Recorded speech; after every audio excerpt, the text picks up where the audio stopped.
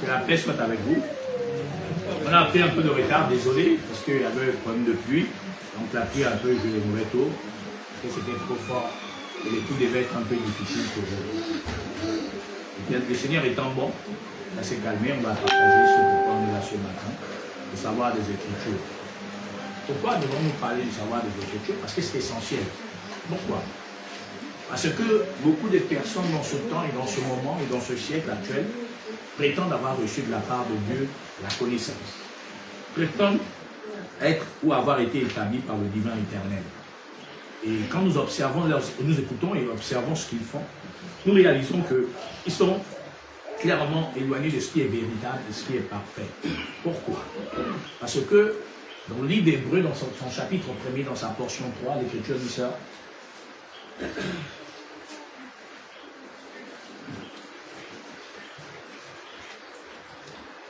Et qui étant le reflet de sa gloire et l'empreinte de sa personne, et soutenant toutes choses par sa parole puissante,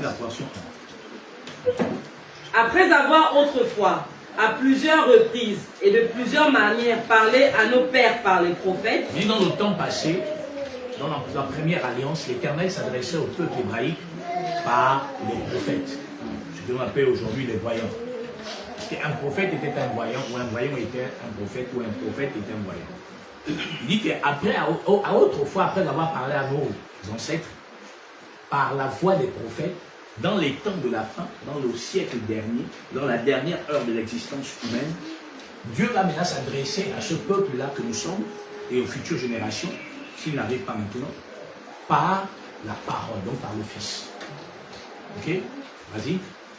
Dieu dans ces derniers temps nous a parlé par le Fils. Et c'est ce que nous dit l'Écriture dans le livre d'Hébreux 10, si tu peux prendre Hébreux 10 tout en gardant toujours Hébreux 1er là. Hébreux 10 à partir de la portion 5.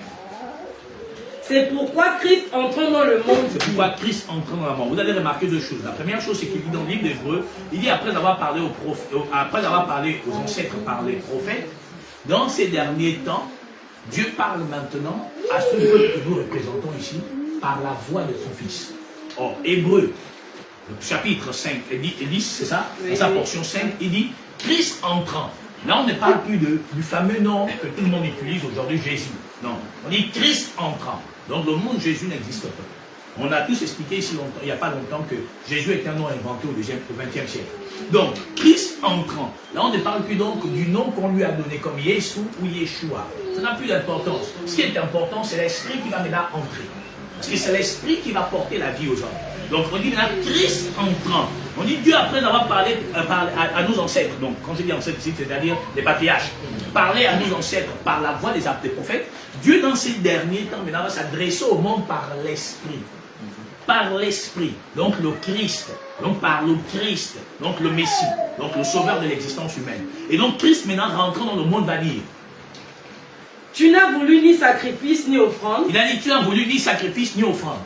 Mais tu m'as formé un corps. Donc tu comprends qu'il forme maintenant un corps. C'est ce qu'il nous dit Hébreux 3 là-bas. Il dit que donc Dieu maintenant dans ces temps de la fin va nous parler par le Fils. Or le Fils c'est le symbole de la parole. Donc Dieu maintenant va s'adresser à l'humanité par la parole. Maintenant on se pose la question, mais comment alors s'il s'adresse en ce temps par la parole? Mais quand les prophètes parlaient là-bas, c'est qui parlait? Parce que s'il dit qu'il s'adresse aux hommes par la parole, mais donc par quand les prophètes parlaient aux ancêtres, par quelle parole ils parlaient aux ancêtres?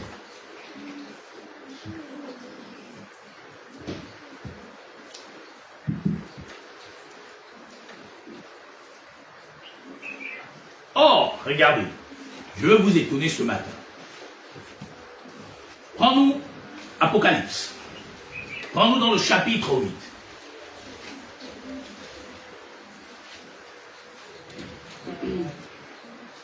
La portion 1 à 2. Quand il ouvrit le 7e sceau, on dit là, quand il ouvrit le 7e sceau, il y eut un silence d'environ une demi-heure. On dit qu'il y a eu un silence d'environ une demi-heure. Vous allez constater deux choses. Tiens une feuille. Chez-moi une feuille.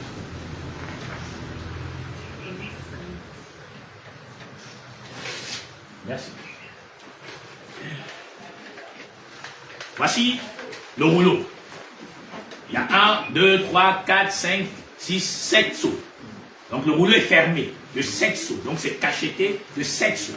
Et donc le fait que le rouleau soit cacheté de 7 seaux, personne ne peut percevoir ce qui est dans le rouleau. Et donc quand on ouvre le premier seau, Jean voit un homme un cheval blanc et un cavalier monte dessus. Il va en vainqueur pour vaincre, mais il ne voit pas la totalité de l'histoire. Ainsi de suite, ainsi de suite. Vous allez constater que du premier jusqu'au 6e seau, on n'a toujours pas le rouleau ouvert. Et tant que le rouleau n'est pas ouvert, on ne peut pas compter l'histoire. On ne peut pas donc prêcher, on ne peut pas donc enseigner. On ne peut pas révéler le contenu du rouleau. Il faut que le 7e seau soit ouvert pour que le rouleau s'ouvre comme celui-ci. Et à partir de là, on peut se permettre maintenant de lire le contenu du rouleau. C'est-à-dire c'est comme une lettre que tu envoies, tu as mis dans une enveloppe. Tant qu'on n'ouvre pas l'enveloppe, et même quand c'est écrit ici, à remettre à Monsieur Nzamba, on a juste l'identité de la personne à qui on doit remettre, mais on n'a pas le contenu de ce qui est dans l'enveloppe. Il va falloir qu'on ouvre l'enveloppe, sortir le contenu et pouvoir lire ce qu'il y a dans le contenu. Or, on allait faire un constat, on dit qu'il a parlé aux ancêtres par les voix des voyants, qu'on appelle prophètes. Maintenant, on dit, mais dans ces derniers temps, il nous parle par le Fils. On s'arrête 2 secondes. Mais quand on va dans notre livre de Jean 1er, dans sa portion 1, il est écrit qu'au commencement était la parole était avec Dieu, et puis Dieu était la parole.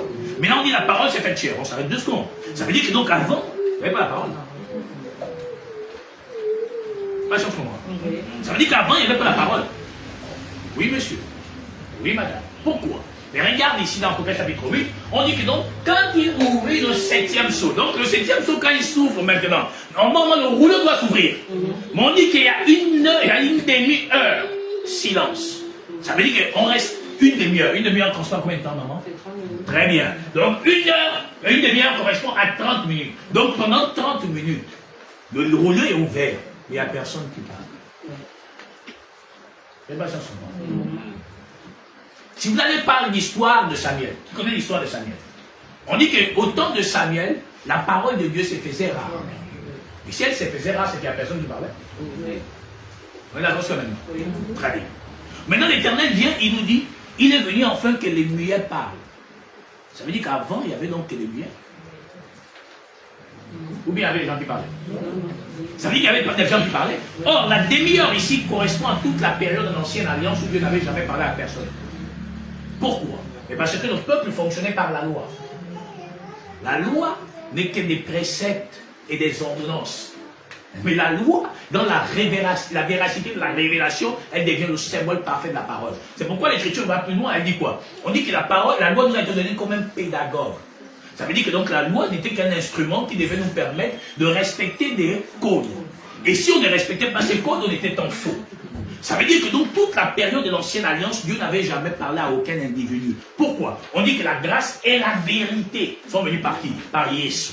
Mais ça veut dire qu'on dit que la loi est venue par Moïse, du moins a été donnée par Moïse. Du moins est devenue une institution par Moïse. La loi n'existe depuis Genèse. Mais elle devient une institution par Moïse. C'est par Moïse que Dieu va maintenant décider de mettre la loi sur les tablettes de pierre. Avant, elle n'était pas mise sur les tablettes de pierre. Mais la loi, elle existe depuis Genèse quand l'Éternel dit que vous mangerez tout ce qui est là, mais quand ce qui est là-bas, vous ne mangerez pas. Il établit ce qu'on appelle l'ordonnance. L'ordonnance, c'est une loi. Et donc, quiconque devait transgresser cette loi se retrouvait donc en confusion, comme ce fut le cas d'Adam et Ève, qui se sont retrouvés malheureusement en confusion, bien voulu par l'Éternel, parce que Hébreux 10:1 dit que la loi possède une ombre de biens à venir et non l'exacte représentation des choses. Donc on était dans l'ombre. Étant donné qu'on était dans l'ombre, il n'y avait pas une évidence parfaite. C'est pourquoi maintenant quand on ouvre nos 7e seaux, on dit qu'il y a un silence d'une demi-heure. Ce silence d'une demi-heure correspond à toute l'ancienne période de toute l'ancienne alliance, où Dieu n'avait jamais parlé à personne. Vous savez pourquoi? Hein? Romains chapitre 10, la portion 17.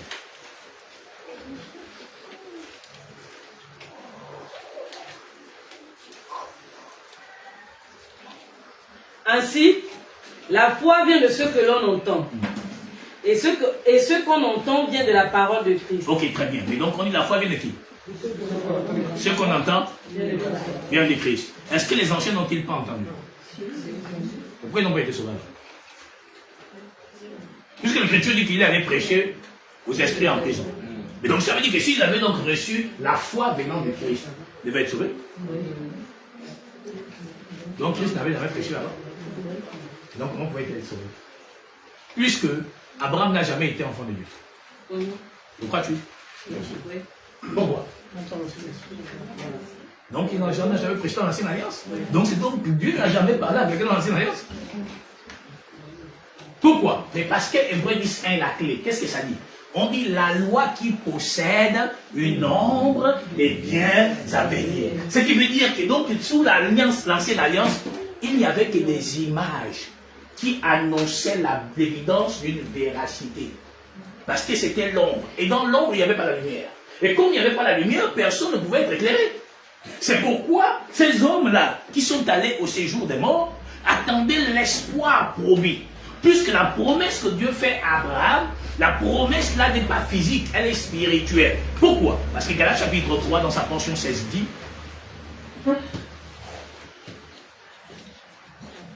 Or, les promesses ont été faites à Abraham et à sa postérité. Il n'est pas dit et aux postérités comme s'il s'agissait de plusieurs, mais en tant qu'il s'agisse d'une seule. Et à ta postérité, c'est-à-dire à Christ. Christ, Hébreux 10, 5. Christ entrant, mais dans l'ombre, il n'est pas entré. Puisqu'il n'était pas là. Du moins, quand je dis qu'il n'était pas, c'est-à-dire qu'il n'était pas au temps d'Abraham. Bien qu'il était déjà à ce temps-là. Quand je dis qu'il n'était pas, c'est qu'il n'était pas dans la chair. Mais il était l'esprit qui les conduisait. N'est-ce pas? Pourquoi? Parce qu'aucun homme sous l'ancienne alliance n'avait l'esprit de Dieu. L'esprit saisissait un individu, il finissait son œuvre, il s'en allait. C'est pourquoi de nuit, il leur accompagnait par une colonne de feu, la représentation du divin éternel, et de jour, il leur accompagnait par une nuée. Il n'était pas donc en eux. C'est pourquoi Agé dit la gloire de la seconde maison serait plus grande que la première. Donc la première maison n'avait pas de gloire parce qu'elle n'avait pas l'empreinte de l'éternel. C'est ce que nous dit Hébreux 1er, si tu peux relire ça, Hébreux 1er dans sa portion 3 que tu lisais tout à l'heure. Et qui étant le reflet de sa gloire. Étant le reflet de sa gloire, oui. Et l'empreinte de sa personne. On dit l'empreinte. Oh, Israël n'avait pas l'empreinte. Parce que l'empreinte c'est l'esprit. Il ne l'avait pas. Ils l'ont reçu où? Au séjour des morts.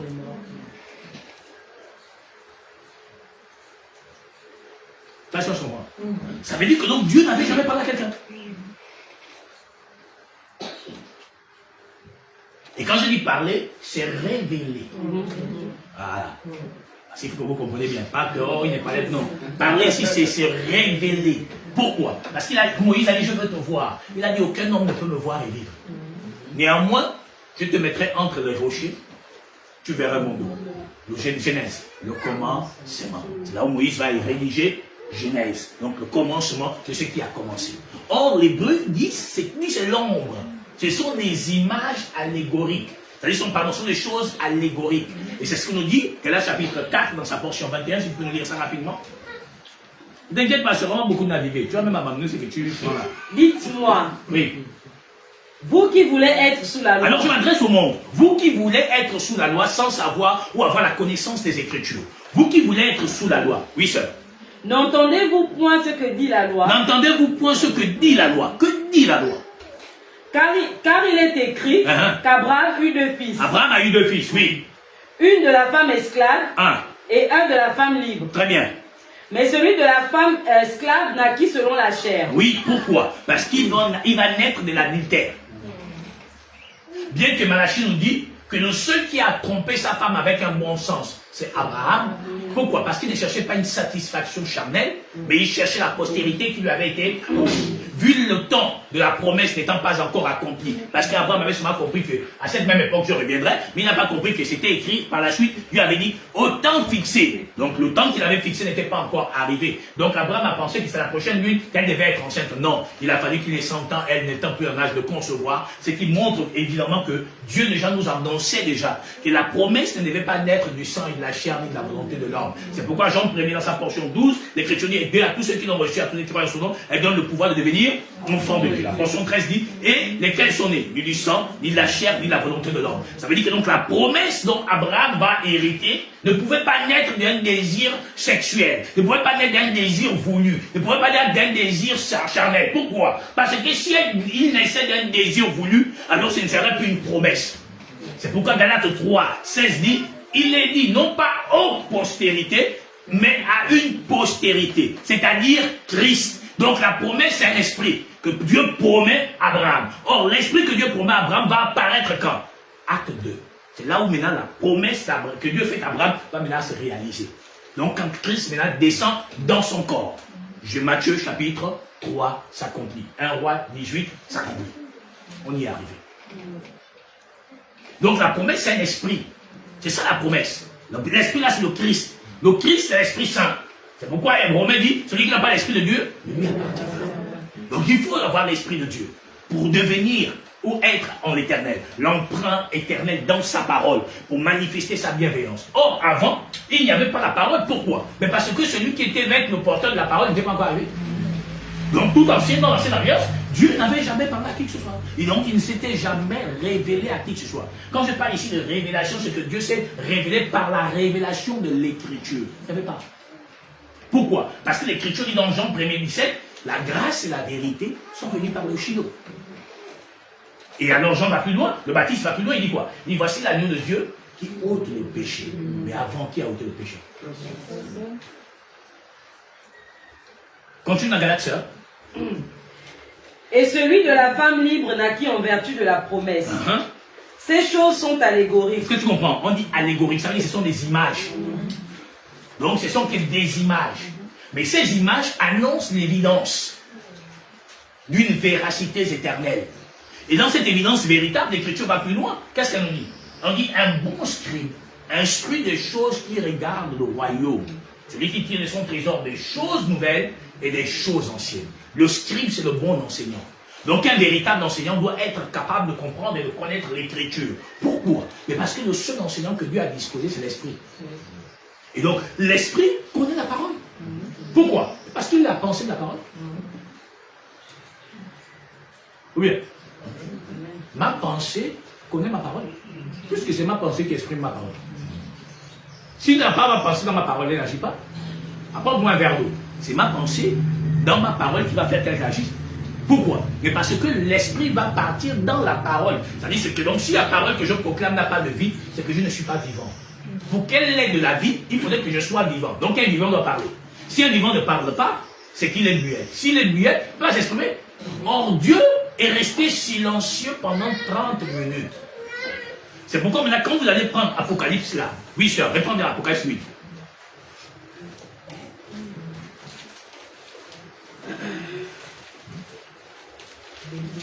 Quand il ouvrit le 7e sceau, il y eut dans le ciel un silence d'environ une demi-heure. Oui. Et je vis les 7 anges qui se tiennent devant Dieu, et 7 trompettes leur furent données. Oui. Et un autre ange vint, oui. Et il se tint sur l'autel. Oui. Et ayant un encensoir d'or, on lui donna beaucoup de parfums, afin qu'il les offrît, avec les prières de tous les saints, sur l'autel d'or qui est devant le trône. Oui. La fumée des parfums monta, avec les prières des saints, de la main de l'ange devant Dieu.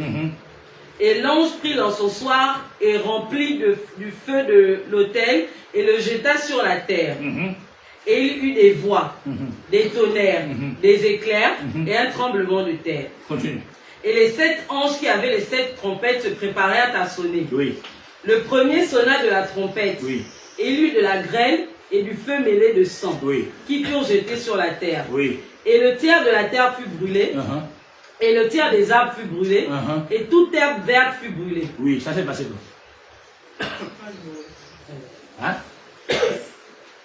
Ça s'est passé quoi? Quand Dieu a détruit Sodome et Gomorrhe, c'est là où pour la première fois la magnificence, la colère de Dieu s'est révélée. Où tout ce qui était là-bas n'a pu exister. Ça compris. Et c'est de là qu'est née la pensée de la formation, la fabrication de l'arme nucléaire. Bon, si on dit que le livre est fou, pourquoi c'est vrai? L'arme nucléaire a été conçue à quel siècle? Pas au 1er siècle. Mais ce livre-là date du 1er siècle. On en avait déjà parlé.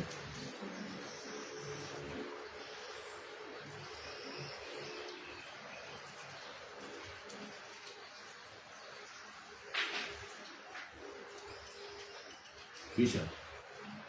Le second ange sonna de la trompette, et quelque chose comme une grande montagne embrassée par le feu fut jetée dans la mer. Et le tiers de la mer devint du sang. Et le tiers des créatures qui étaient dans la mer et qui avaient vie mourut. Et le tiers des navires périt. Ça a compris aussi. Quand?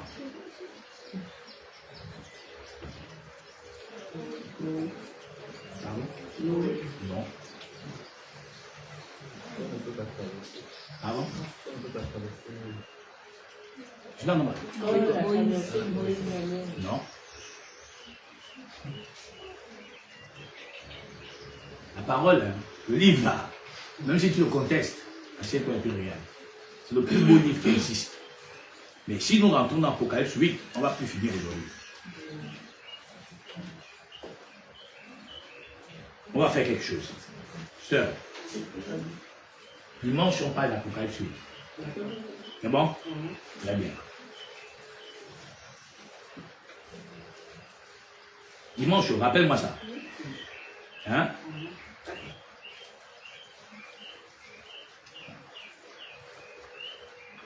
Ce qui vient à dire que donc, tout au long de l'ancienne alliance, Dieu n'avait parlé à personne. Du moins, révélé son identité à personne. Pourquoi?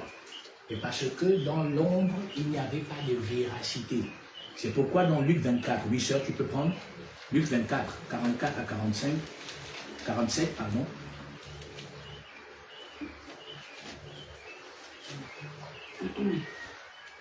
Puis il leur dit, c'est là ce que je vous disais lorsque j'étais encore avec vous, Oui. qu'il fallait que s'accomplisse tout ce qui est écrit de moi dans la loi de Moïse, 1, dans les prophètes 2, et dans les psaumes. 3. La loi de Moïse, les psaumes et les prophètes, c'est ça qui regroupe l'ancienne alliance. Ce que les gens appellent la Torah. Ok? La loi de Moïse, les psaumes et les prophètes. Et il dit qu'il fallait que tous ceux qui ont mis la main de moi s'accomplissent. Donc si Moïse, les prophètes, les psaumes l'ont annoncé, comment pouvons-nous encore pratiquer l'ombre? Puisque dans l'ombre, il n'y a pas d'évidence du moment où Dieu ne s'est jamais exprimé face à un individu. C'est-à-dire qu'il n'a jamais révélé son évangile.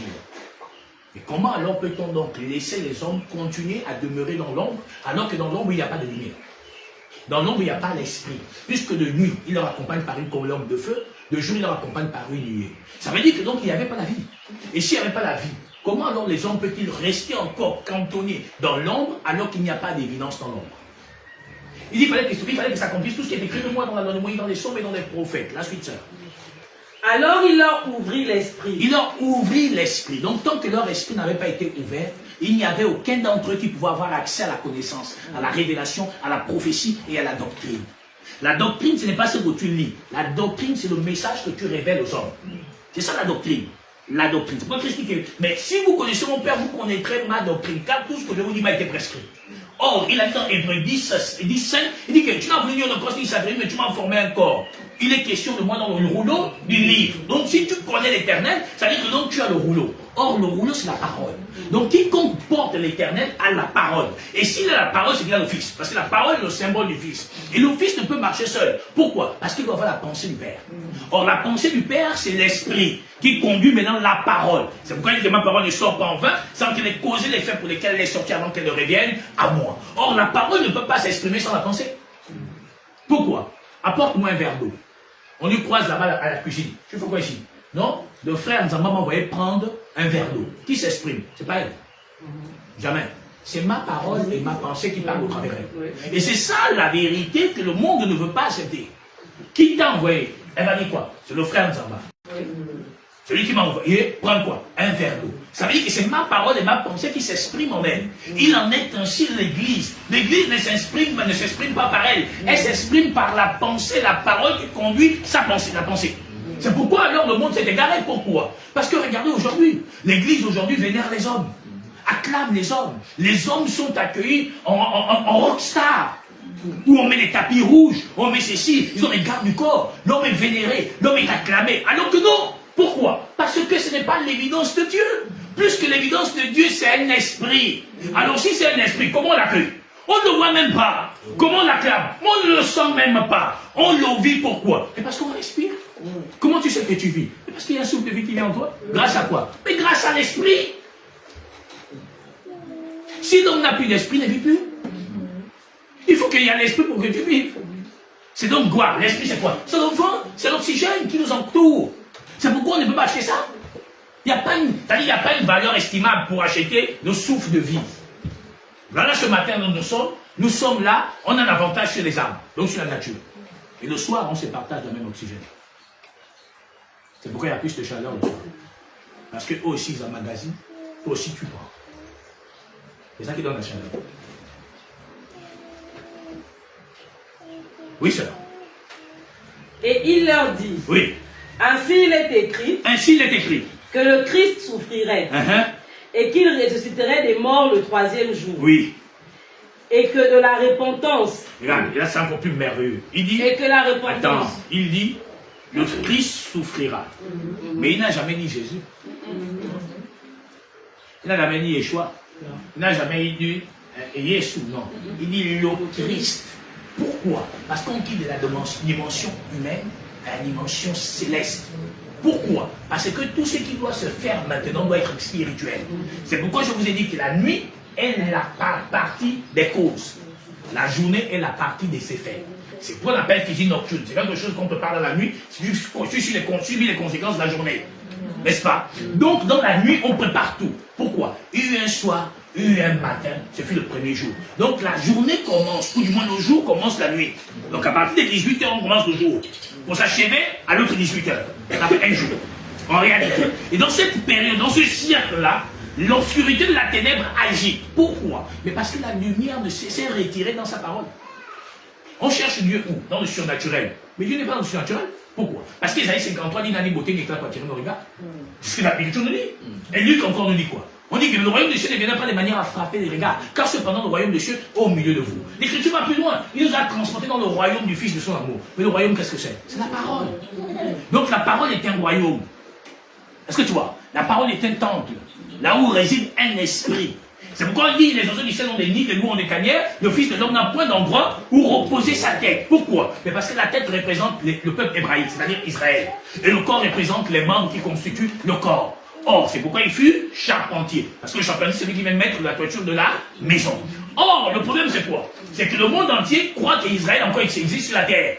D'où alors, on s'est cantonné selon la pensée maçonnique de la reine, ou du roi d'Angleterre, ou la reine d'Angleterre, ou que dirais-je, de la pensée maçonnique anglaise, qui a instauré ou disposé à l'humanité un foyer aux sionistes.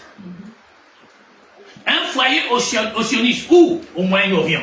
Pour faire croire à la terre entière que le peuple juif, c'est ceux-là qui sont au Moyen-Orient, qu'on appelle Israël. Non, monsieur. Pourquoi? Mais parce que l'Écriture nous dit, le véritable hébraïque, ce n'est pas selon la circoncision de la main.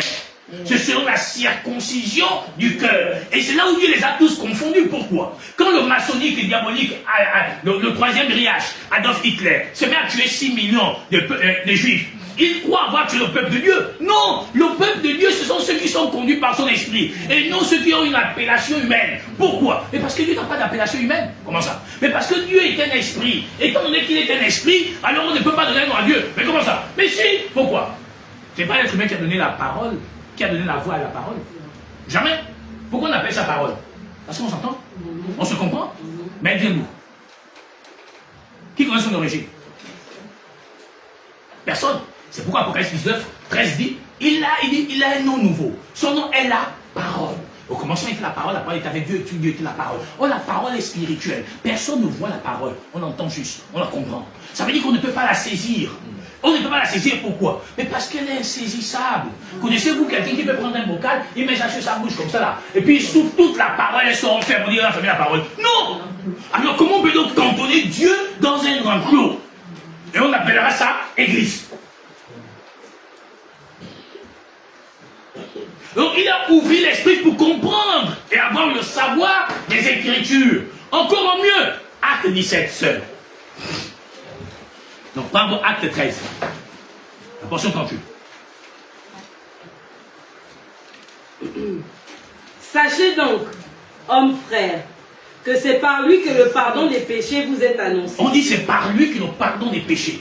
Mais dans le même chapitre, là-bas, dans Luc 24, je peux terminer ça, pardon. Par la portion 36, où tu étais? Et que la repentance. Et que la repentance. Et le pardon des péchés. Et le pardon des péchés. Serait prêché en son nom. Ok, on dit le pardon des péchés serait prêché en son nom. Et c'est là où vos pasteurs qui n'aiment pas l'Esprit Saint ont été confus. On dit le pardon et la repentance seraient prêchés en son nom. L'humanité perdue a dit quoi? Au nom de Jésus, tu serais pardonné. Au nom de Jésus, tu serais pardonné. Mais c'est pas ça son nom. Non, messieurs, mais non, madame, c'est pas ça son nom. Non, mes amis, C'est pas ça son nom. Pourquoi? Mais parce que Apocalypse nous a révélé son nom après l'ouverture du 7e sceau. Parce que quand, maintenant, Apocalypse 8, quand on ouvre le sceau, on commence maintenant à compter. On voit maintenant premier sceau, deuxième, troisième, quatrième, cinquième. Or, le problème c'est quoi? Jusqu'à la venue de Jésus, Abraham n'a toujours pas de postérité. Ça veut dire que la promesse n'est toujours pas accomplie. Parce que dans l'évangile, qui est l'ombre de mise à venir dans l'exacte représentation, parce que l'évangile, Luc, Marc, Matthieu et Jean, c'est toujours l'ombre, c'est l'ancienne alliance. Mais le Christ n'est toujours pas né. C'est la préfiguration de l'existence de la parole par l'esprit que l'on vit dans l'évangile. Ça veut dire que c'est que l'église va vivre plus tard. C'est ce qu'on vit dans l'évangile là. Donc il n'y a pas encore une évidence, il n'y a pas encore une véracité. Mais dans Acte chapitre 2, quand la promesse est accomplie, c'est là maintenant le Christ est engendré. Et le Christ, quand il est engendré, Abraham n'est plus. Il est déjà ravi. Pourquoi? Parce qu'il faudrait qu'Abraham s'accouple avec Sarah pour engendrer la promesse. Or, Abraham et Sarah sont où? Au séjour de la mort. Ils ne sont pas nés. Ils ne sont pas nés. Pourquoi vraiment nés? Mais parce que pour naître, il faut quitter de la mort à la vie. Or, qu'est-ce quand il arrive? Il dit maintenant finalement quoi? Au jour que le Genèse permet la portion 3 de quoi? La lumière soit. La lumière. Mais quand est-ce qu'elle fut? Quand Dieu maintenant va ressusciter d'abord sa femme. Parce que quand Dieu vient, il vient prendre son épouse. Il vient prendre donc la Jérusalem céleste. C'est ce que nous dit Genèse 1er. Il sépara les eaux d'en haut avec les eaux d'en bas. La Jérusalem céleste et la Jérusalem terrestre. Mais la céleste, elle doit engendrer. C'est pourquoi on dit réjouis-toi, toi, stérile, qui n'ont point connu les douleurs, l'enfantement. Mais quelque chose de spirituel qui engendre un spirituel ne connaît pas les douleurs de l'enfantement. C'est l'humain qui crie de douleur. Or, quand on va dans Apocalypse chapitre 12, dans sa portion 1, on dit voici le soleil, une femme enveloppée du soleil, une couronne de 12 étoiles sous sa tête, la lune sous ses pieds. Or, la lune, c'est la loi. La lune, c'est Moïse qui conduisait le peuple hébraïque à respecter les codes, c'est-à-dire les ordonnances et les préceptes. Mais il n'y avait pas de vie à l'intérieur. Pourquoi? Mais parce que la lune ne paraît que pour éclairer dans l'obscurité. C'est là où elle a de la valeur. Mais étant donné que nous sommes quittés de l'obscurité à la lumière, la lune n'a plus d'importance. La lune n'a plus d'importance. Et donc, comme la lune n'a plus d'importance, on ne peut plus encore disposer les gens dans la lune. Pourquoi? Mais puisque si le jour s'est levé, comment je reste encore dans la lune? De vous à moi. Le jour s'est levé à le soleil. Mais là, quand je reste encore dans la lune apparaît comment? Puisqu'on est déjà dans le jour. C'est quasiment impossible. Oui, ça.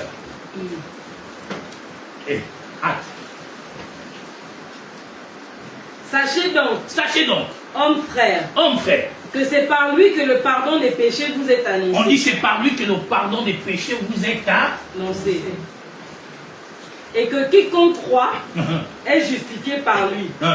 De toutes les choses dont vous ne pouviez être justifié par la loi de Moïse. À cet instant où il a dit ça, on prend la Torah, on révèle seulement. On ne peut plus la pratiquer. Pourquoi? Mais parce qu'il dit en son nom. Mais pas le nom de Jésus, c'est le mensonge. Ce nom, c'est un mensonge. C'est un nom canular. On a parlé de ça ici. On a révélé ça il y a jadis. Pourquoi? Mais parce que c'est là où les pasteurs ont été confondus. Pourquoi? En mon nom, vous chasserez les. Ils ont cru que c'est Jésus. En mon nom, vous poserez les mains malades, les malades seront. Ils ont cru que c'est Jésus. En mon nom, vous chasserez, vous parlerez de nouvelles langues. En mon nom. Mais non, monsieur. Non, madame. Pourquoi? Parce que quand ils sont allés dans Acte 2, 38, on dit finalement c'est par ce nom. C'est ce qui est écrit, n'est-ce pas? Très bien. Mais l'écriture nous révèle autre chose. Pourquoi? Parce que la même écriture, ou du moins le savoir des écritures, nous révèle même que Dieu, je vous ai dit ça l'autre jour, Dieu ne s'est jamais reposé. Comment ça? Mais parce que Dieu, en fait, le 7e jour, il a travaillé. Quand Adam et Ève ont péché, il a tué une bête, il a pris la peau, la bête, il a couvert la nudité. C'est qui a amené le Christ quand il a guéri quelqu'un le jour du sabbat hébraïque. Il dit, mais pourquoi tu fais ça? Il dit, je ne fais que ce que j'ai vu mon Père faire. Donc Dieu ne s'est jamais reposé et ne se repose pas. La création n'est pas finie. Pourquoi? Mais parce que le temple n'est pas fini d'être bâti.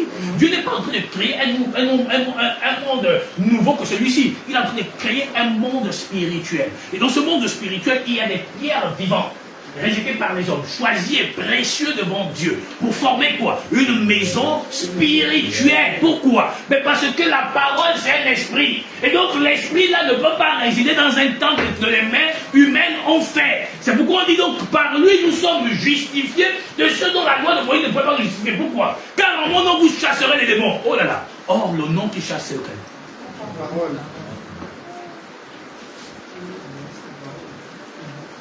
Est-ce qu'on comprend là? Ma parole. Oh, regarde ce qu'il y a écriture ici. Rapidement. Prenons quelque chose ici, dans le psaume 100, 107 ou 104. Quelque chose ici. Prends-nous ça. Tu es Psaume 107. Prends-nous la portion au pain. Il envoya sa parole. Il envoya quoi? Sa parole. Qu'est-ce qu'elle va faire? Et les guérit. Les guérit. En mon nom, vous guérissez. Guérira les malades. Or, la parole guérit quoi? Pas le corps, mais l'âme. La parole guérit donc l'âme. Et donc, c'est l'âme maintenant qui évite quoi? Qui évite la fosse qu'on appelle le séjour des morts. Donc, ça veut dire que quand il dit, en mon nom, vous chasserez les démons. Mais regarde, mon frère, quand la nuit arrive, qu'est-ce qui apparaît? Les moustiques, les cafards, toutes les bêtises que vous voulez là, n'est-ce pas? Quand la lumière vient, c'est toi qui chasses le cafard. Il sait, lui-même il fuit pour aller dans l'obscurité. Pourquoi? Parce qu'en restant dans la lumière, il s'expose à la mort.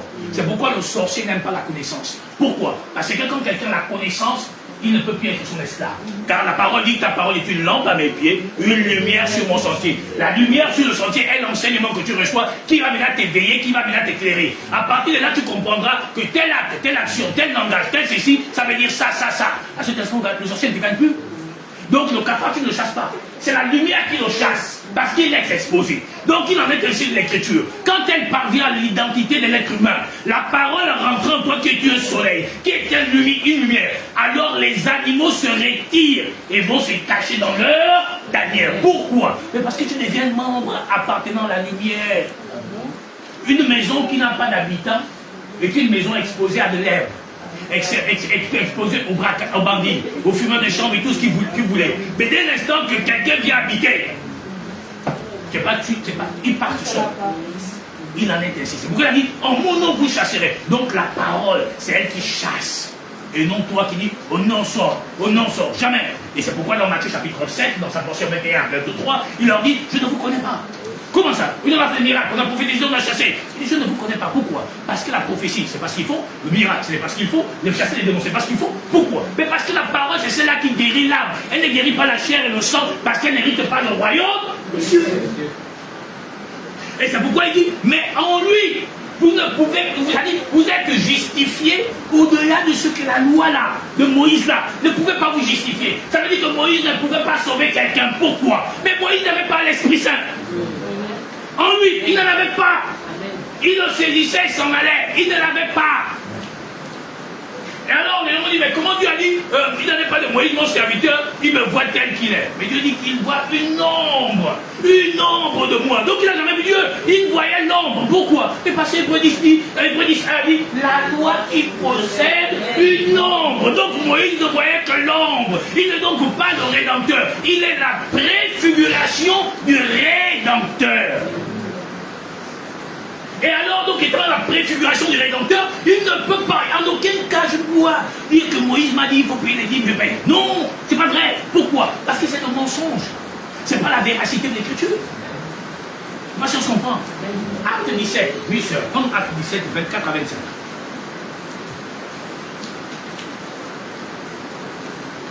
Le Dieu qui a fait le monde et tout ce qui s'y trouve. Oui. Étant le Seigneur du ciel et de la terre, n'habite point dans des temples faits de main d'homme. Le Dieu qui a fait le monde et tout ce qui s'y trouve. Oui. Étant le Seigneur du ciel et de la terre, n'habite point dans des temples faits de main d'homme. Voilà, maintenant je te pose la question. Je vous pose la question. Connaissez-vous une maison où la parole existe? Vous voyez, la maison, on est là ce matin. Puis maintenant, on est dehors, la parole, la maison, on est en train de parler. Vous connaissez? Il n'y a pas de nom. Mais pour que quelqu'un, pour que la maison parle, il faudrait qu'il y ait quelqu'un qui est là qui dit bonjour, bien rentré, bienvenue, n'est-ce pas? Donc il faut qu'il y ait quelqu'un. Donc la parole ne se trouve pas dans les briques. Elle se trouve dans l'individu. C'est ce qu'il dit là en fait. Qui ne demeure pas dans les temples que les hommes ont fait. Ça veut dire que les hommes ont fabriqué des maisons. Dieu n'y réside pas. Il réside dans le seul endroit où l'homme n'a pas fabriqué. Ce que l'homme n'a jamais fabriqué, c'est l'être humain. Et c'est là où Dieu réside. C'est là où il réside. C'est là où réside sa parole. Et encore, il va plus loin. Il n'est pas servi par les mains humaines. Mais c'est vrai, aucune main humaine ne peut servir Dieu. Vous croyez que même elle peut le servir? Non, pourquoi? Il y a nos péchés. Il y a nos péchés. Alors, la seule main qui sert Dieu, c'est qui? Non, c'est l'esprit. C'est la pensée qui sert Dieu. Or, la pensée, c'est pas la pensée humaine. Pas si on se comprend. Or, il n'est pas servi par les mains humaines. Or, les humains le servent. Je vais. Tiens ça, donne-moi tout ça, ma soeur. Surtout les femmes là. Tout ça, les petites sœurs. Tranquille-moi un peu. Le dernier. Voilà. Je suis de corvée aujourd'hui. Je vais servir Dieu. Allez, les corvées, ils sont bien marchés. Je suis de corvée, je vais servir Dieu aujourd'hui. C'est moi qui m'a nettoyé l'assemblée. Comment on appelle ça? L'église. Je suis de corvée aujourd'hui. Bon, on dit les mains humaines ne le savent pas. Tu es de corvée, pourquoi? La bonne elle prend, c'est ça. Oui. Je suis de service aujourd'hui de nettoyage. Mais tu le sais comment? Dans quel lieu? Dans quel lieu? Oh, le vrai problème. Pour servir Dieu, il faudrait que Dieu soit dans le seul endroit où il doit être. Où? Le cœur. Or, le cœur, c'est là où le cœur réside toutes les émotions humaines. Et c'est dans ce cœur-là que Dieu doit résider. Mais pour qu'il réside, il faut que ce cœur soit circoncis. Et c'est pourquoi Dieu nous a éclairés en disant, mais le vrai hébraïque, j'aime pas dire juif parce que c'est une invention occidentale, le véritable hébraïque, ce n'est pas celui dont on a circoncis le pupitre, c'est celui dont le cœur a eu la transformation, pas les résolutions de chaque 31 de Sylvestre. Non! La véritable parole quand elle pénètre. Et si vous allez dans Hébreu, dans Acte 2, on dit hurle le cœur vivement touché. Le cœur n'a pas été touché, mais tu dis tu es converti. Le cœur ne connaît pas l'Éternel, tu dis tu es converti. Il hurle le cœur vivement touché. Et j'aime cette portion, pourquoi? Parce qu'on dit vivement touché. Ça veut dire qu'il y a eu la vie qui a touché la partie que personne ne pouvait toucher avant son avènement, avant sa parole, avant sa prédication, avant sa doctrine divine parvient à ton cœur. Et quand le cœur a été vivement touché, il pose la question, mais on fait comment les gars? On dit, mais repentez-vous. Pas la repentance, c'est la confession des prières. Seigneur Jésus, et t'accepte comme Seigneur et Sauveur. Le Dieu dit, mais et que moi je vous ai dit qu'on peut m'accepter? Comment? On dit, contrains-les de me servir. Encore mieux, Galates 1er, la portion 15 dit quoi? Lorsqu'il plut à celui qui m'avait mis à part dès le sein de ma mère, de révéler en moi. Il n'a pas dit lorsque j'ai eu à vouloir. Il a dit lorsqu'il a pu, à qui? Au divin éternel, l'incréé, de décider de mon heure et de mon temps et de mon instant et de mon moment, alors il me révéla son Fils. Aussitôt je ne consulta ni la chair ni le sang. Et l'évidence me porta dans l'amour éternel. Or, le problème de l'humanité, c'est qu'il consulte la chair et le sang. Pourquoi? Parce qu'ils sont charnels. Parce qu'ils sont charnels. Parce qu'ils sont charnels. Et parce qu'ils sont charnels, n'ont rien compris à l'écriture. Alors l'écriture va plus loin. Mais on dit les mains humaines ne le servent pas. Madigan dit qu'il le sert. Jordan dit qu'il le sert. Ngoussi dit qu'il le sert. Tatou Philippe ou François dit qu'il le sert. Comment il s'appelle? Gaëtan dit qu'il le sert. Je ne sais pas mon qui là, il dit qu'il le sert. Manfumbi, il dit qu'il le sert. Oh, Ditengou dit qu'il le sert. Oh, ça se dit, mais finalement, qui sert mieux? Déborah dit qu'elle le sert. Qui le sert? Tounassi dit, je le sers. Les Ivoiriens disent qu'ils le servent. Les Camerounais là-bas disent aussi, on le sert. Kangouka dit qu'il le sert. Daken qui est venu ici là, il dit qu'il le sert. Moussa sert aujourd'hui. Oh non, il y a les chantres, il y a ceci. On se dit, mais chantre sur quelle base? Dieu a-t-il établi les chantres? Les apôtres ont-ils établi les chantres? Aucun apôtre n'a établi les chantres.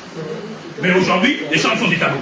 Mais les apôtres n'ont jamais établi les chantres. On dit, il y a les chantres maintenant, parce qu'il faut descendre de l'onction. On dit, l'onction va descendre. Maintenant, j'ai une question assez bête pour la poser. Toutes les fois, ils se mettent à parler. Leur pensée descend dans leur parole pour parler. La pensée n'est-elle pas des gens d'eux? Est-ce que la parole et l'esprit sont séparables? Ils sont indissociables. Et Galates 3 nous dit, c'est par la prédication de la foi qu'on reçoit l'esprit. Mais donc, quel esprit avez-vous reçu? Quelle parole avez-vous reçu? Pour que toutes les fois que vous devez faire des cultes inutiles, vous devez dire, on invoque d'abord Dieu. Mais alors, Jérémie 33 dit quoi? Invoque-moi au jour de la détresse, je te répondrai. Mais au temps de la détresse, Dieu n'a-t-il pas révélé sa magnificence? Mais que si, sinon ce monde ne s'en pas ici ce matin. Pourquoi on est là? Mais parce qu'au temps de la détresse, on a dit, Seigneur, on veut te connaître. Et il s'est révélé à nous. Maintenant, comment quelqu'un qui a reçu Dieu va encore invoquer Dieu? Ça existe où? Impossible. Impossible. Ne peut l'invoquer celui qui ne l'a jamais connu. C'est pourquoi quand le Christ est devant la tombe de Lazare, il a dit pas Père, je te prie, s'il te plaît, exauce-moi. Non. Il dit Père, je te loue de ce que tu m'as toujours exaucé. Mais donc l'homme qui est exaucé ne peut pas encore demander à être exaucé. Puisqu'il est exaucé. Comment on va encore exaucer quelqu'un qui est exaucé? C'est quasiment impossible, n'est-ce pas, sœur? C'est possible? C'est quasiment un? Très bien, continue. On était où, ça? On était dans Actes. Ça dit quoi? Il n'est point servi par des mains humaines, oui, comme s'il avait besoin de quoi que ce soit. Oui. Lui qui donne à tous la vie. Bon, mais quelqu'un qui te donne la vie, tu dis ça. Lui, il est éternel créé. Il est hors du temps. C'est possible. C'est pourquoi Romains 11, 35 a dit qu'il lui a donné en premier pour qu'il la recevoir au retour. Je ne sais pas si je parle à un frère. Amen. Très bien. Sœur, c'est bon, on t'arrête? Bien, on continue. Bien. Romains 3.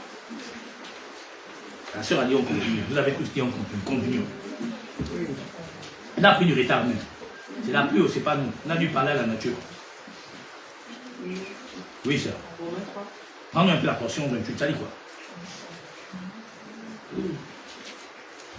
Car nous pensons que l'homme est justifié par la foi. Et justifié par quoi? La foi. Sans les œuvres de la loi. Donc ça veut dire que c'est la foi qui te justifie sans aucune œuvre de la loi, non? Mais pourquoi alors on fait pratiquer aux hommes les œuvres de la loi pour penser être justifiés?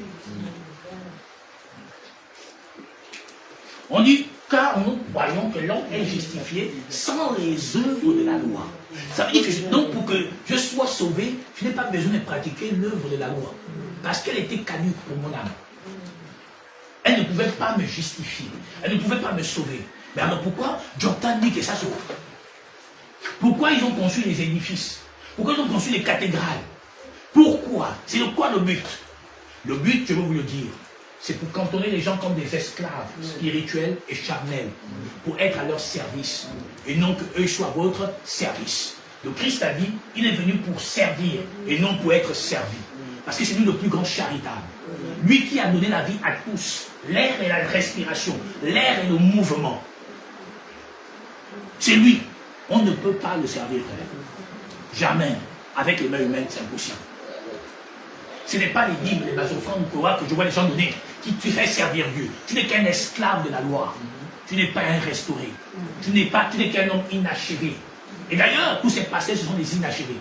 Et les gens qui enseignent la parole, ce sont des inachevés. C'est pourquoi vous allez remarquer que leur nature est toujours identique. Insulte, insolence, mépris, arrogance, autant et autres. Parce que c'est des personnages inachevés. Parce que quand quelqu'un a été achevé, il a une attitude de savoir et de sagesse. Et donc dans ses actes et ses actions et son langage, elle reflète l'évidence d'une connaissance au-dessus de tous les autres. Insulté, lapidé, humilié, méprisé, il n'a jamais ouvert sa bouche. Comme une brebis qu'on amène pour être pendu. Il n'a point dit A ou B. L'Écriture va plus loin. Il a rendu son visage semblable à un caillou. Reprends la sœur. Car nous pensons que l'homme est justifié par la foi, sans les œuvres de la loi. Donc l'homme est justifié par la foi, sans les œuvres de la loi. Matthieu 7, la portion 5 à 10.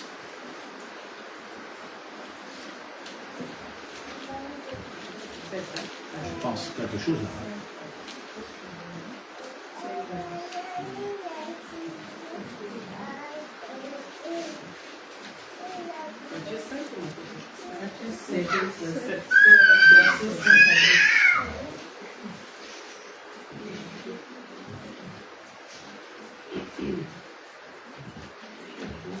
Hypocrite. Ôte premièrement la poutre qui est dans ton œil, et alors tu verras comment ôter la paille de l'œil de ton frère. Ne donnez pas les choses saines aux chiens. Mais c'est pourtant ce qui se passe. Nous avons tendance à toujours être dans la critique. Nous avons toujours tendance à être dans la murmure. Et nos cœurs ne sont pas soignés. Parce que pour que Dieu sèche dans notre cœur, il faudrait que nos cœurs soient lavés. Jean 14, 15, 3 dit, déjà vous êtes purs à cause de la parole que je vous ai annoncée. Donc le problème d'aujourd'hui des hommes, c'est quoi? C'est le manque de conversion. Pourquoi? Parce que le savoir de l'Écriture ne leur est pas porté. Pourquoi? Qu'est-ce qu'on leur parle? On leur parle de tout ce qui est un obstacle à leur vie sociale et sociétale. Mais le problème, c'est qu'il n'y a pas d'obstacle à la vie sociale et sociétale. Pourquoi? Matthieu 6, 23, dit 33, dit quoi? Cherche premièrement le royaume et la justice, le reste serait donné. Ça veut dire que donc il n'y a pas un frein. Ce que je vis et je traverse est voulu par l'Éternel. Vous savez pourquoi? Parce que l'Éternel dit dans Lamentation 3, qui dira qu'une chose arrive sans qu'il ne l'ait? N'est-ce pas de la volonté du très haut que viennent des mots? C'est donc l'Éternel, non? La seule chose que Dieu ne peut pas ordonner, qui ne doit pas t'arriver, c'est ta mort. Et le reste, il permet. L'image de Job. Il a dit fait tout, et sa vie ne touche pas. C'est pourquoi? Parce que tant que tu n'es pas parvenu à la conversion, tu ne peux pas mourir. Si tu en es libre. Donc Dieu peut permettre que tu subis toutes les humiliations, toutes les calamités, toutes les souffrances impensables. Et ta vie, aucun sorcier ne pourra la prendre. Combien de fois tu as été outragé? Combien de fois tu as été humilié, persécuté? Combien de fois on a dit tu vas mourir? Combien de fois c'est si? Mais Dieu, tu l'as. Tu crois que c'est par ta force? Tu crois que c'est passé, tu dis Seigneur, couvre-moi, protège-moi. Non. Le calendrier de Dieu, ce n'est pas ton calendrier. Dieu a un projet dont il dit, il connaît le projet qu'il a formé sur toi, un projet de paix, pour te donner un avenir et une espérance. Et cette espérance, dans cet avenir, ça va s'acquérir à quoi? À coup de souffrance, mon frère. De rejet, d'abandon, d'humiliation. Vous savez, imagine que tu as un père ou une mère fortuné. Le fait que tu n'es pas dans leur vision maçonnique, exemple, ou de créer des religions païennes, là, elle va dire, bon, je te coupe les vivres. Ne t'inquiète pas, parce que c'est Dieu qui t'a mis. Pourquoi? Parce que Dieu doit faire valoir ta véracité au travers d'eux. C'est ce qu'il dit dans Exode 9, 15. Il dit, si j'avais tendu ma main que je t'ai tué par la mortalité, toi et ton peuple, tu aurais disparu de la terre. Mais je t'ai laissé subsister pour montrer ton puissance proclamée par toute la terre. Ça veut dire qu'il faudrait que tu sois éprouvé pour que Dieu montre l'évidence de sa toute puissance. Tu vas voir une femme, elle va dire, bon, toi tu es ma petite fille ou ma nièce, quelque chose comme ça, tu ne vas pas enfanter pendant tant d'années. Aussi longtemps que tu ne vas pas enfanter jusqu'à ta mort. C'est un fait qui peut avoir effet. Maintenant Dieu s'assoit, il dit, mais je permets. Maintenant à la fin, je vais te montrer, parce que c'est quand elle va être enceinte, toi, il va mettre au monde, il va faire ça, que toi tu vas mourir. C'est Dieu, mon gars, c'est le meilleur des meilleurs. Mon frère, il ne faut jamais t'inquiéter. Pourquoi? Tu vas tomber enceinte. Et en tombant enceinte, celle qui avait pensé qu'elle avait bloqué ta fécondité, te voit maintenant enceinte, comment elle va réagir? Elle va maintenant, ça dit qu'elle va maintenant faire encore plus. Et c'est en faisant plus qu'elle n'aura. C'est Dieu. Oui, mon ami. Alors ils ont dit, il faut qu'on le tue. On va l'amener à la croix. Il faut qu'on le tue, il ne doit pas exister. Nous, on veut Barnabas. Gardez ce brigand-là, celui de bandit. Barnabas, c'est le libérateur de notre peuple. L'Écriture dit, il n'y a pas de problème. Amenez-le. Mais c'est écrit. Eux, ils pensent que c'est la pensée. Or, Dieu a mis en eux faire son dessein. Alors, les grandes puissances du monde disent, bon, on va provoquer la troisième guerre nucléaire, on va faire ceci. Eux, ils croient que c'est la pensée parce qu'ils sont réunis dans leur loge maçonnique. On va faire comme ça. Dieu dit, non, c'est mon dessein. Et c'est là où j'adore Dieu. Tu sais pourquoi? Parce que quand toi tu penses que tu es en train de penser, Dieu dit en fait, c'est une pensée qui va mieux. Ça dit que pendant que tu penses que c'est toi qui penses, c'est Dieu qui est en train de mettre cette pensée en toi. Et tu crois que tu es trop excellent. Non, monsieur, c'est lui le meilleur. Donc tu penses, c'est-à-dire que Washington avait cru que bon, on va faire en sorte que les États-Unis dominent le monde, c'est notre pensée. Dieu dit non, c'est moi qui ai mis ça en vous. Ils ont dit bon, comme il a dit, bon, moi je vais détruire l'Ukraine. Alors on va faire comme on a dit dans l'organisation, on s'est retrouvé, on a dit on va prendre l'Ukraine, on va appauvrir l'Occident. L'Écriture dit non, c'est moi qui ai dit qu'Édom là va subir. Tu t'assois plus haut. Mais c'est donc pas l'information. Dieu dit non. C'est écrit. On a révélé ça ici. Les blancs disent on va détester le peuple noir. L'Écriture dit non. C'est parce que vous avez été déchus de la grâce que vous détestez l'homme noir. Mais vous êtes allé vous allier à qui? À un autre noir. Et avec qui vous avez fait des enfants, qui sont devenus quoi? Des métis. Imagine des métis faire encore d'autres métis. Ça donne quelle couleur? On y est. La révolte, la colère. Quand Dieu rejette, alors va naître quoi? La pensée, la révolution scientifique. Pour faire croire au peuple noir que Dieu ne peut pas guérir. Dieu c'est pas ci, Dieu c'est cela. Regardez comment ils ont fait. Toutes les nations du monde, tous les dirigeants sont devenus des lavets, des larmeurs de tous ces hommes. La grande majorité des dirigeants du monde sont des francs-maçons. Parce qu'ils ne peuvent rien faire sans leur maître. Mais Dieu te regarde et dit, mais je t'ai donné tout. Pourquoi veux-tu être esclave? Alors que toi tu as le pouvoir. Et c'est pourquoi je prends toujours cet exemple, pardon, à vous qui dirigez le Gabon. C'est une parenthèse pour votre, importante pour votre destin. Oh, je me rappelle, il y a dans les années 90, j'étais encore un jeune enfant. Les années 90-91, quand on a frôlé la première guerre civile après la mort de Feu Jambé, quand l'université et le lycée technique ont fusionné, ça a collé le chaos au Gabon. Et à cette époque-là, le Gabon devait traverser sa plus pire histoire d'assassinats et autres, parce que c'était des émeutes violentes. Et alors là, Omar Bongo s'assoit. Quand il s'assoit, il réalise, il dit, mais j'aime beaucoup de choses. Quelle est la chose dont les blancs aiment trop? Le pétrole. Alors, il avait besoin qu'on vienne l'aider. Il dit aux Français, si vous ne venez pas m'aider, je vends mon pétrole aux Américains. Alors les Français ont envoyé l'armée française. Le 6e dimanche, il est descendu dans les rues du Gabon, et puis ils ont rétabli l'ordre. Et là, Bongo a compris que, oh, donc c'est moi qui ai le pouvoir. Ils n'ont jamais eu le pouvoir. C'est ce que je peux dire au président Ligui. ils n'ont pas le pouvoir. Tu as le pouvoir. Parce que tu as ce dont ils ont besoin. Nous, on peut vivre sans ça. Parce que nous, on peut aller planter ma langue, ma kima, et puis on mange ça facilement. Hein, n'est-ce pas? Nous, on peut manger le tubercule, on peut manger les tarots, ma langue, toutes ces choses-là, on peut. Mais eux sont l'énergie, eux sont l'or, eux sont ceci. Ils ne peuvent pas vivre. Et l'intelligence et la pensée de Feu Omar Bongo, pour faire en sorte que le maître colosse à genoux devant l'homme qui a été établi et disposé par la volonté du divin éternel. Et c'est ça la réalité que nous sommes. C'est la valeur que tu as que Dieu pareil, laquelle Dieu t'élève. Ne laisse personne te faire croire que tu n'as pas de valeur. Laisse personne te faire croire que tu n'as pas d'importance. Parce que Dieu ne t'utilisera pas par un autre don que celui que tu as déjà. Il n'y a pas un nouveau don qui descend. C'est le don qui est en toi là. Sauf que parce que c'était dans l'obscurité que Dieu n'avait pas encore appris, ça a mis ça dans sa magnifiance. Maintenant qu'il t'a lavé, rincé, il t'utilisera avec le don que tu as. Fais confiance à ton sommeil. Pourquoi? Parce que ta vision peut être dans ton sommeil. Car il n'y a pas tant d'une manière, tant que d'une autre. Nous nous sommes laissés égarer parce qu'on n'a pas voulu comprendre. Maintenant, il est temps que nous puissions. Oui, sœur, tu étais où? Va dans Hébreux chapitre 7. Prends la portion 5 à 10.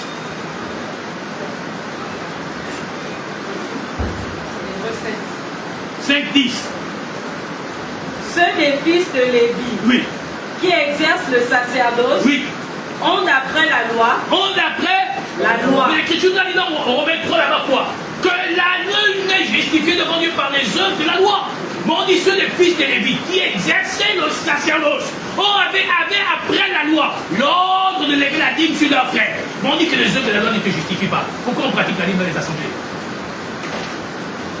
Oh, c'était une œuvre de la loi.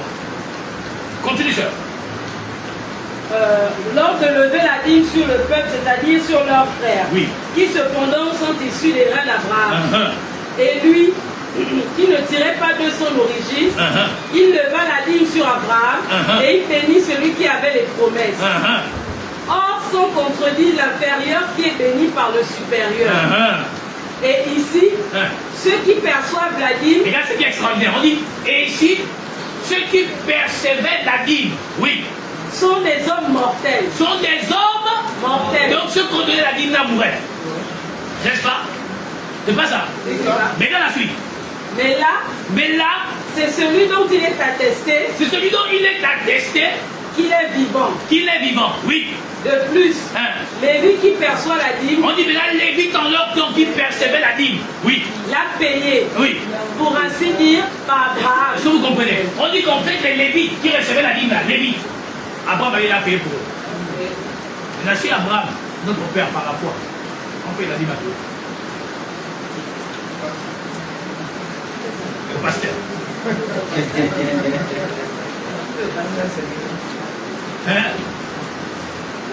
Oh, si Abraham est le père de la foi, il a payé la dîme pour nous. Maintenant, on paye la dîme à qui?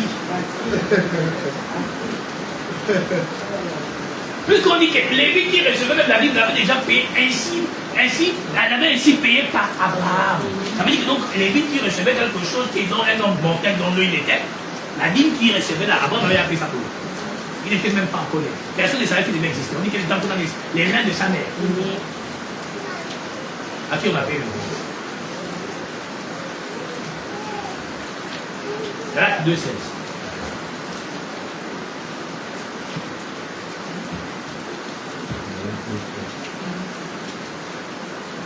Néanmoins, sachons que ce n'est pas par les œuvres de la loi que l'homme est justifié. C'est pas par quoi?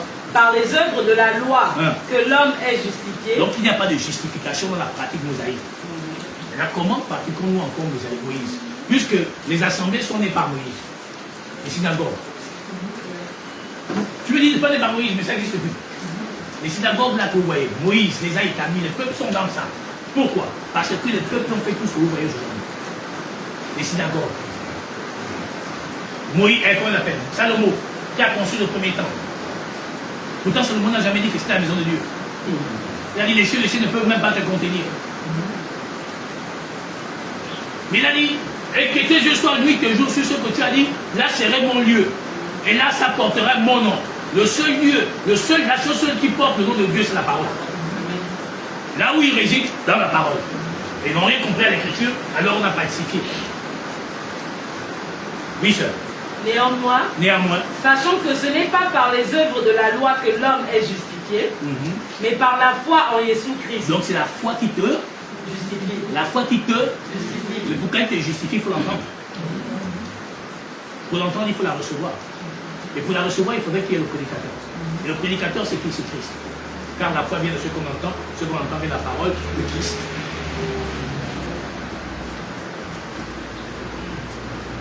Hébreux 7.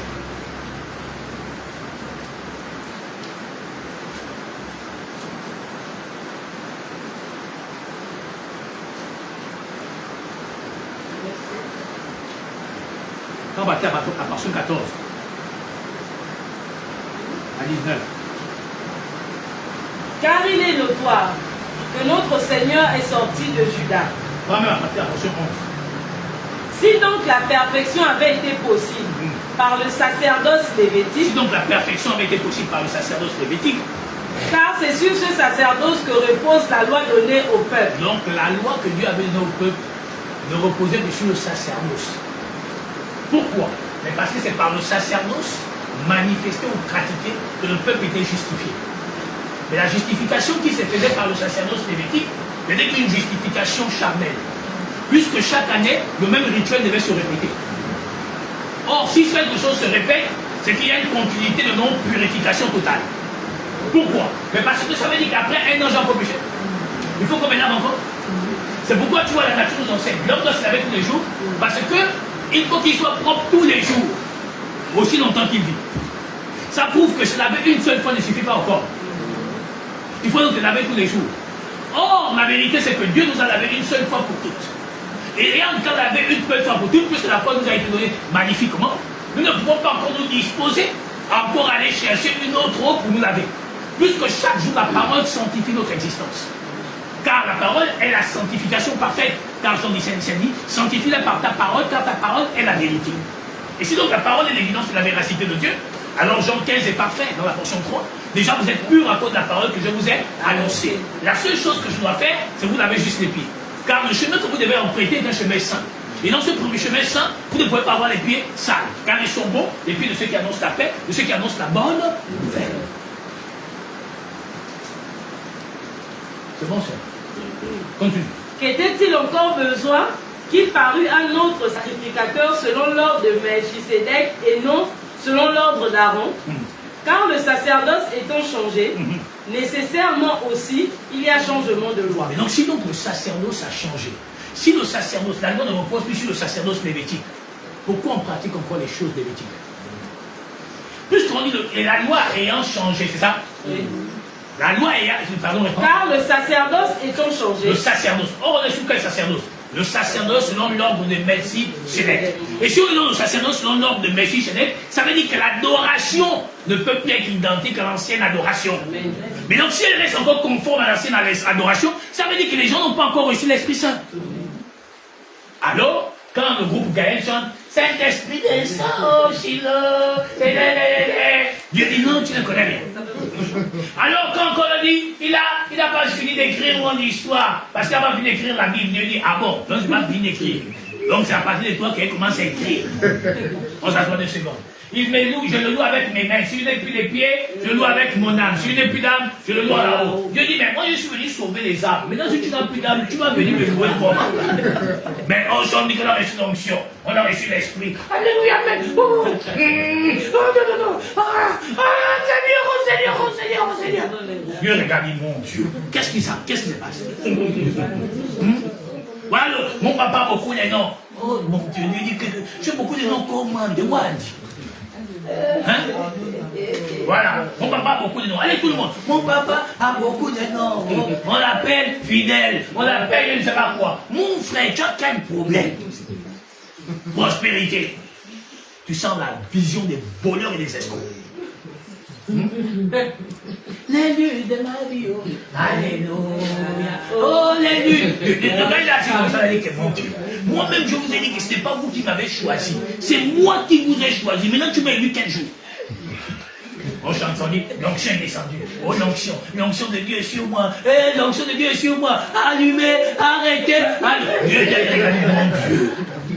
Et c'est ça que, voilà, brûle en moi, oh, Dieu a mon retard, oh, Et il a dit à Sarah, il n'a pas enceinte, tu seras enceinte. On l'a dit, mais pourtant, moi-même, j'ai dit dans Jean 3,16, il a tant aimé le monde qu'il a donné, le seul enfant qu'il a donné à l'humanité, c'est la parole. Amen. Et c'est ce que le Père nous a dit. Il a dit, tu vas venir le corps, tu vas former un corps. Il est question de moi dans le rouleau du lit pour faire au Dieu ta volonté et non ma volonté. On dit le sacerdoce étant changé, il y a changement de loi. Ça veut dire qu'on est quitté du pédagogue à l'évangile. C'est pourquoi dans le livre d'Apocalypse chapitre 15, on dit qu'ils chantaient le cantique de Moïse et le cantique de l'agneau. Et ils se sont mis à faire quoi? À prophétiser. Alors l'autre jour, j'ai dit à une chante, une femme là-bas qui m'a dit, moi je suis une chante. J'ai dit, oh mon Dieu, tu es chante, pourquoi? On dit, mais Dieu m'a donné ce don. J'ai dit, non, Michael Jackson avait aussi donc le don de chant. Mais comme ça, j'ai dit, mais Michael Jackson ne chantait pas pour Dieu. Mais j'ai dit que Michael Jackson, la voix là aussi c'est le don, non? Ou bien, le talent qu'il avait. Il n'a pas appris les cours de musique, il n'a pas appris les cours de chant. Il avait le don, son don même au-dessus de ton don. Maintenant tu dis que c'est un don, oui. Je sais, dans quel passage biblique? Je dis, madame, David, il dit au chef des choses. Ça veut dire que donc il y a un chef, non? Bon oui, je dis bien. Donc David était un chanteur, oui. Mais on dit qu'il chantait le cantique de Moïse. Donc Moïse avait un cantique. Oh oui, je dis, mais Moïse, le cantique de Moïse, c'est quoi? Je ne sais pas. Mais je dis, le cantique de Moïse, c'est la loi. Donc Moïse, quand il est venu, en fait, il chantait. Comment ça? Je dis, il chantait. Maintenant, quand le Christ arrive, il est aussi venu chanter. Maintenant, le cantique de l'agneau, c'est quoi? C'est l'évangile. Maintenant, je te pose la question, oui. Est-ce que le cantique de Moïse a sauvé les Hébreux? Non. C'est une qui est venu sauver les Hébreux. Oh, c'est Jésus toujours, non? Jésus, je dis non, il s'appelle Jésus. Il s'appelle Yeshua. Maintenant, si tu ne veux pas appeler Yeshua, dis appelle la parole, bien Yeshua. Maintenant, quand la parole, Yeshua arrive, quand il est venu, il a venu nous enseigner quoi? Il dit, c'est en son nom, par son nom, par lui que le pardon des péchés est accordé, et en son nom que la repentance est offerte. Oui. Je dis maintenant, donc Moïse, par son cantique, a offert la repentance à qui? À personne. Lui-même, Moïse, il est mort. Il dit comment ça? Je dis, mais est-ce que tu sais que Moïse lui-même d'abord, vit pendant le cas de Canaan? Pas parce que non seulement il a péché, mais Moïse avait un troisième pied. Il ne pouvait pas rentrer à Canaan. Il dit comment ça? Je dis, mais madame, Moïse il marchait avec quoi? Une canne. Ça fait combien de pieds? 3 pieds. L'écriture dit que là où la pointe de ton pied foulera le sol, je te donne cela en partage, en héritage. Le bâton de Moïse avalait les serpents de qui? Des pharaons. Mais donc le bâton était impur. Et donc si Moïse posait la pointe de son pied là-bas à Canaan, à cet instant, ça devient la propriété de qui? Car là où la pointe de ton pied foulera le sol, il te donne cela en partage, en héritage. Et Dieu ne pouvait pas permettre cela. Voilà pourquoi Moïse n'a pas vu Canaan. Et meilleur encore en mieux, pourquoi? Mais parce que Moïse n'avait pas la clé. La clé a été remise aux apôtres. Comment ça? Je dis, mais c'est vraiment Gaba qui a écrit ça. C'est écrit que les prophètes ont désiré comprendre. Il leur fut révélé que ce n'était pas pour eux, mais pour nous qui étions les dispensateurs. Je dis encore en mieux, dans Matthieu chapitre 16, on prendra tout à l'heure, l'écriture va mieux. Il dit quoi? Elle dit quoi l'écriture? L'écriture dit, mais je te donnerai les clés. Tu peux me montrer un passage où on a donné les clés à Moïse? À Élie, à Élisée, à Samuel? Non, à qui? Aux apôtres. Pourquoi? Parce que ce sont eux là qui vont recevoir l'esprit, les amis de l'époux. Est-ce que toi, Moïse a été dit un jour qu'il avait la clé? Donc comment pouvait-il ouvrir Canaan? Comment ça? J'ai dit, mais Canaan est une préfiguration de l'éternité. Mais comment il pouvait ouvrir alors qu'il n'avait pas la clé? Pour ouvrir Canaan, il fallait avoir la clé. La clé, c'est l'Esprit Saint. C'est pourquoi on a dit, tu ne peux pas rentrer. Non seulement tu es impur, tu n'as pas les clés, c'est pas pour toi. Alors, la clé, c'était pour qui? Je dis Pierre, Jacques, Luc, Matthieu, Jacques, Paul. C'était pour eux la clé. Et puis nous qui sommes arrivés à ce temps-là, c'est pour nous la clé. Donc la clé, c'est l'Esprit qui ouvre le royaume. Donc tu ne peux pas donc ouvrir le royaume si tu n'as pas la clé. Oui, sœur, on était où? Hébreu 7. Hébreu 7, on dit quoi? En effet, celui de qui ces choses sont dites appartient à une autre tribu, dont aucun membre n'a fait le service de l'autel. Voilà, on dit que donc celui-là qui est venu sauver l'humanité, donc Moïse n'avait jamais mentionné quoi que ce soit sur sa tribu. De même que quand tu es aujourd'hui un adulte, tes parents, tes frères, tes soeurs, n'ayant pas la même vision, aller dans les assemblées, vont te dire, toi qui viens de commencer là, nous ça fait 30 ans. Mais l'écriture disait, ce n'est pas la durée dans quelque chose qui fait de toi qui te qualifie. Non, c'est le choix. On dit que lui, on n'avait même jamais parlé de lui, ça que lui, on ne savait pas que quelqu'un devait sortir là-bas, venir sauver l'humanité. Mais de même que tu ne peux pas savoir si moi je suis appelé à être celui qui va venir te sauver. Qui t'a dit que ta durée définie que tu es sauvé? Non, monsieur. Le choix de Dieu, c'est fait selon sa volonté et son bon vouloir. Ce n'est pas nous qui choisissons et qui décidons de ce qui doit être. S'il a choisi, il a choisi. Galates 3, 24. Ça dit quoi ça?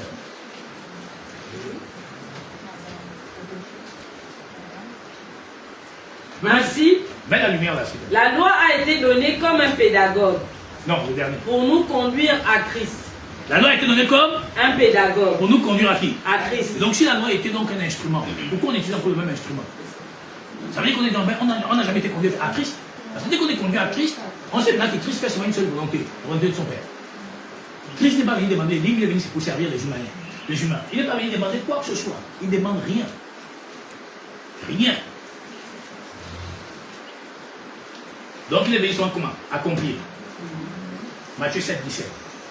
Matthieu 5, 17. Matthieu 5, 17.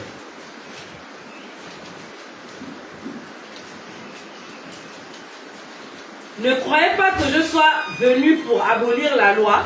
Ne croyez pas que je sois venu pour abolir la loi ou les prophètes. Voilà. Frère, maintenant tu peux penser à quelque chose.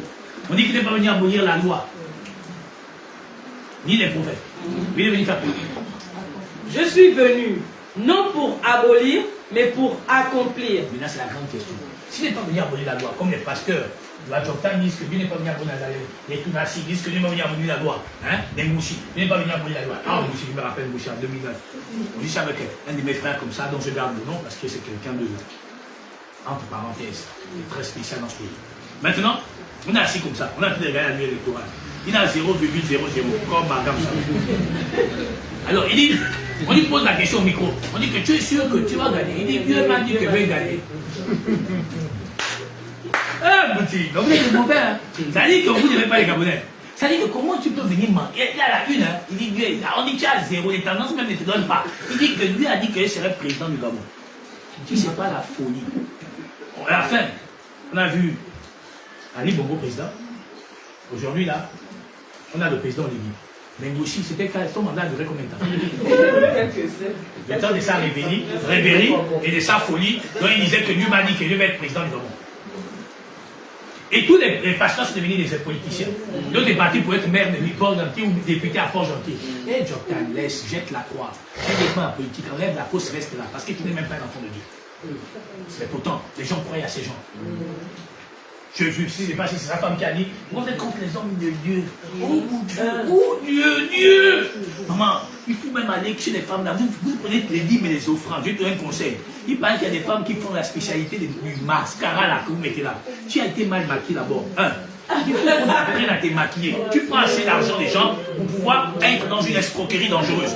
Elle ose dire que pourquoi vous êtes contre le succès des hommes de Dieu. Oh là là, qui est contre son succès? C'est des esprits, des voleurs. Quand quelqu'un cherche Dieu, il est dans le désespoir de son âme. On ne peut pas présenter quelqu'un Dieu comme le faiseur de miracles financiers et matériels. Dieu n'a jamais promis une solution sociale à l'homme. Il a promis une solution spirituelle. Il n'a jamais promis à quelqu'un que quand tu vas devenir un disciple à sa personne, tu vas devenir riche. Jamais de la vie. Il n'a jamais promis ça. Il a promis l'éternité. Vous savez, quand vous prêchez la parole à l'homme et que vous nous présentez la spiritualité éternelle, il ne viendra jamais te voir pour venir te dire et quand est-ce que Dieu va me faire travailler? Quand est-ce que Dieu va me faire devenir riche? Parce que tu n'as jamais enseigné ça. Mais si tu veux prier pour un frère, ce n'est pas interdit. Mais présenter Dieu comme le faiseur des miracles pour changer la vie sociale des hommes, ce n'est pas Dieu.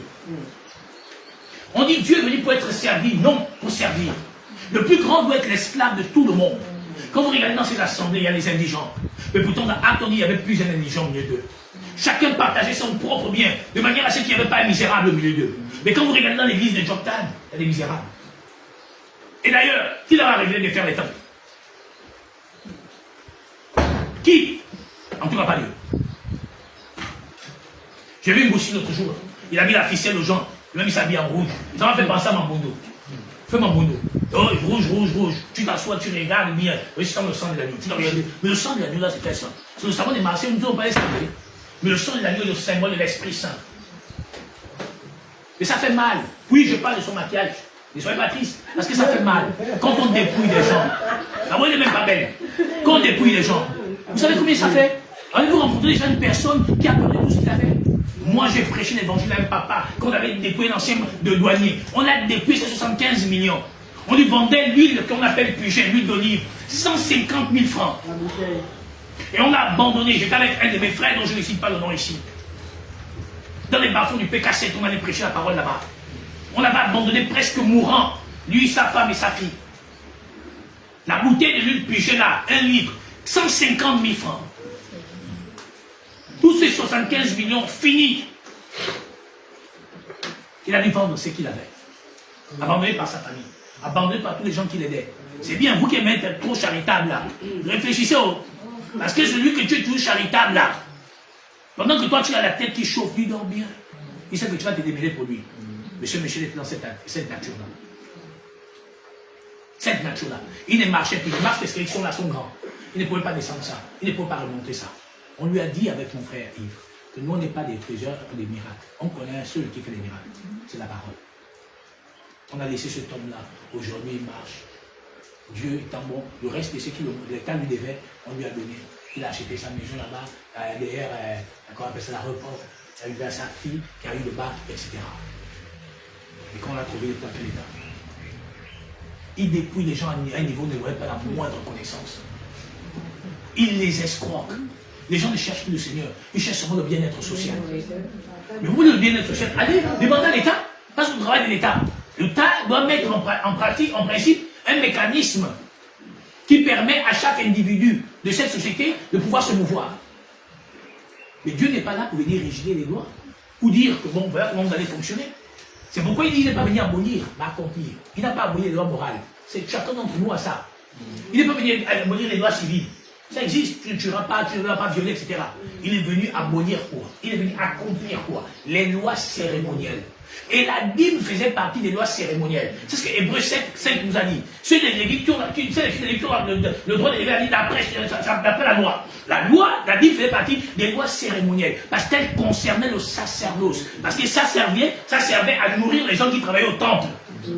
Mais alors, lors du moment où 1 Pierre 2, 4, 5 nous dit, et vous comme des pierres vivantes, l'homme est devenu donc une pierre. Et devenu donc une pierre qui vit. C'est ce que nous dit dans l'Écriture dans Matthieu chapitre 16. Il dit, que disent les gens à mon sujet? On dit, tu es Élie, Jérémie. Il dit, mais vous, que dites-vous que je suis? Et tu es le Fils de Dieu. Il dit, cette pierre, je bâtirai. Pas la pierre, l'homme, pas l'homme, l'apôtre. Non, la pierre qui est la parole, qui est détachée sans le secours d'aucune main. La pierre dont Moïse avait dit que quand quelqu'un a commis l'adultère, on doit lapider cette personne. La pierre là qui est la parole. C'est cette pierre-là sur laquelle l'Église est bâtie. La pierre dont on appelle la révélation. Donc l'Église est bâtie sur la révélation Christos Santos. Et dans cette révélation-là, on ne paye pas les dîmes. Pourquoi? Parce qu'on offre des victimes spirituelles. Et Malachie 3:10 parle de quoi? Parle des victimes spirituelles. Et le premier à avoir offert la victime spirituelle, c'est Abraham. Et donc Dieu a remplacé cette victime spirituelle par le bouc ou le bélier. Qui est-il? Satan. Donc Dieu va venir sur la croix et va l'égorger. Et donc le diable est mort. Étant mort, il ne peut plus influencer ta vie. C'est un séducteur. Il n'est pas donc quelqu'un qui combat ta vie, c'est un séducteur. Comment un séducteur qui veut séduire une femme va venir avec le bâton? Vous avez vu ça où? Alors tous les soirs, tous les matins, les gens se battent avec le diable. Bon, moi j'ai bloqué sur le diable. On m'a dit, mais non monsieur, ta vie n'est pas bloquée à cause du diable. Ta vie est bloquée parce que ton ignorance est la raison et la cause de ton échec. Ta vie est bloquée pourquoi? Parce que tu refuses la réalité. Combien de fois Dieu t'a parlé dans les songes et dans les visions? Et tu n'a-t-il pas écrit que combien de fois vous n'y prenez point garde? Dieu t'a révélé qui est la cause de tes cycles que tu traverses. Tu dis que non, c'est pas possible. Ah bon, ok, continue. Pourquoi? Parce qu'elle m'avait dit que non, oh, quelqu'un, tu sais le village que tu as vu là, non? Le sorcier prend les visages des gens. Ah bon? Vous avez déjà vu le chien devenir comment on appelle ça? Un lion. Le chien, c'est le chien. Ou bien? Oh non, il a pris le village de mon oncle, non, là, cette fois, qui de mon oncle. Ah ouais, continue. Comme tu crois que la lumière trompe. On est tous là, on voit la chaise, là, c'est quelle couleur? Vert, un peu violet, là, etc. Mais tu vois, tu dis non, c'est faux, c'est blanc. Continue. Dieu est la cause de ce que tu traverses. S'il ne permet pas, il n'y a rien qui va arriver. Arrêtez de donner la force aux sorciers. C'est Dieu. Si tu es stérile là, c'est Dieu. Si tu es chômage, c'est Dieu. Si tu c'est Dieu. Croyez-moi, ce n'est pas un mensonge. Quand le sorcier entend ça, il sait que toi, tu n'es plus influencé par ses pensées. Et quand toi, tu l'as, non. Oh, le sorcier, quoi, oh, pardon. Comme tu vas aller mourir, la fois, il a fait le bruit avec la femme, tombe là-bas. Tu vas commencer à avoir peur de la créature. Qui t'a dit que la créature avait un pouvoir? S'ils avaient un pouvoir, ils ne devaient jamais mourir. Je vous l'annonce et je vous le dis. Où ils ont adoré la créature au nom du Créateur qui est béni éternellement. Les gens vénèrent les faux pasteurs. Alors que Romains 1er, la portion 16, 25 dit quoi, sœur? Romains 1er, la portion 25 dit quoi?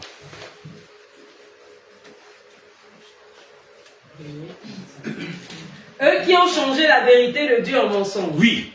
Et qui ont adoré et servi la créature au lieu du Créateur qui est béni éternellement. Donc on adore la créature. Ils ont changé la vérité de Dieu en mensonge, en établissant les dîmes et les offrandes qui étaient rattachées à la loi cérémonielle, auquel le Christ a accompli. Puisque nous ne sommes plus justifiés au moyen du sang des animaux, nous sommes justifiés au moyen de l'Esprit Saint. Alors comment cette justification qui est faite de manière spirituelle doit avoir un échange? Il n'y a pas d'échange. Pourquoi? Parce que Romains 11, 35 dit qu'il lui a donné en premier pour qu'il la recevoir en retour. Mais alors on doit se taire jusqu'à quand? Quand est-ce jusqu'à quand on doit accepter d'être des esclaves? On a des familles embrigadées dans ça. Moi j'ai des frères qui sont des branamistes. Moi j'ai des frères qui sont des assemblées païennes. J'ai des frères qui sont l'Alliance chrétienne. Vous croyez que ça me réjouit? Oh que non! Pourquoi? Parce qu'ils sont endoctrinés. Ils servent les créatures au lieu du Créateur qui est béni éternellement. On leur impose des rayonnements du monde. On leur impose ne touche pas, ne goûte pas, ne fais pas ci. Des choses qui deviennent pernicieuses par abus. D'autres croient que la sanctification c'est l'abstinence de ses pieds fermés. Non, messieurs, non, madame, c'est pas ça la sanctification. La parole est parfaite dans Jean 17, 17. Sanctifie-la par ta parole, car ta parole est la vérité. La sanctification est faite par l'esprit et par la parole. La purification est faite par la parole. L'Écriture dit quoi? Si tu dois pécher, que ce soit péché soit hors du corps. Mais le corps là, c'est lequel? Le corps du Christ. La parole va plus loin. Si ton bras est une occasion de chute, coupe-la. Pourquoi? Parce qu'ici la parole nous dit bien que nos faux frères éloignent-toi de lui. Car nous n'avons pas à fuir les païens de ce monde, mais plutôt à fuir ceux qui se disent frères, mais ce sont des impudiques et autres. C'est de ça dont parle la parole. L'adultère dont parle l'Écriture n'est pas humaine. La loi humaine condamne déjà l'adultère. La parole parle de l'adultère spirituel. Celui qui a convoité Ève dans le jardin, qui convoite l'Église aujourd'hui, qui est-il? C'est le diable qui commet l'adultère spirituel. Je dis l'autre jour à quelqu'un, quand Dieu dit tu ne tueras pas, c'est pas charnel. Il dit comment ça? Je dis mais Moïse a tué. Oui, il ne devait pas être donc prophète. Mais comment ça? Je dis mais Moïse a tué. Il ne devait pas être prophète. David a tué. Il ne devait pas être l'homme sur le cœur de Dieu. Je dis tocard. C'est une appel, une affaire spirituelle. Tu ne tueras point. Qui tue? Le diable. Qui est-il? L'Écriture dit dans Jean 4, 8, la portion 44 à 45, on dit qu'il a été meurtrier dès le commencement. Il a-t-il tué où? Dans le jardin. Il a tué qui? Ève et Adam. Pourquoi? Je dis, mais parce que la parole peut tuer l'homme spirituellement, comme elle peut la sauver. Je dis, tu as vu un robinet, à la fois ça sort l'eau douce et la l'eau amère. Oh non. Je dis, alors, comment vos pasteurs vous dites qu'ils sont dans la vérité, en même temps sentez-vous tuer spirituellement? Je dis, comment tu expliques que l'Écriture dit dans Luc 9, à partir de la portion 57, il dit que vous ne savez pas de quel esprit vous êtes animés, vous qui invoquez le feu. Mais comment alors les gens là vous font invoquer le feu? Le feu de Dieu. Le feu de Dieu. Je dis, mais tu es une touka. Le feu de Dieu que tu vois là, c'est toi-même. Pourquoi? On dit, il a fait de ses serviteurs des flammes de feu. De ses messagers des vents. Tu es une flamme. Maintenant, comment tu invoques le feu alors que toi-même, mouche? Donc tu t'invoques toi-même le feu. Mais une mouche. Tu t'invoques encore comment? Vous le faites tout le temps. Vous faites le combat spirituel. Je dis, mais la parole est parfaite dans Galates 5, 16. Si vous êtes conduit par l'esprit, n'êtes point sous la loi. Donc le combat spirituel, c'est à l'intérieur. La chair et l'esprit se battent pour des jours. Je dis aussi longtemps que tu vas vivre, c'est le combat que tu vas faire face. C'est spirituel, non découpage des démons. Il faut naître des songes en vous. Il faut naître des visions mensongères en vous. C'est écrit. Le savoir de l'écriture est l'essentiel de tout de la vie de l'homme. Croyez-moi, il y a des gens qui ont aussi aujourd'hui laissé leur mari, laissé leur femme, pour dire seulement alléluia, amen dans les assemblées païennes. Je dis l'autre jour à quelqu'un une chose. Je dis, tu sais que l'église la plus riche au monde, tu sais qui est ça? Les églises des réveils. J'ai dit non. Toka, l'église catholique. Comment ça? J'ai dit, l'église catholique reçoit les subventions de tous les pays du monde. Le plus grand donateur des pays de l'église catholique, c'est les États-Unis d'Amérique. Ah bon? Je dis, est-ce que tu sais que toute la moitié du 16e arrondissement de Paris, ça appartient à l'église catholique? Comment ça? Je dis, mais ils investissent dans l'immobilier. Oh oui, monsieur, ils ont les plus grandes villes. Oui, monsieur.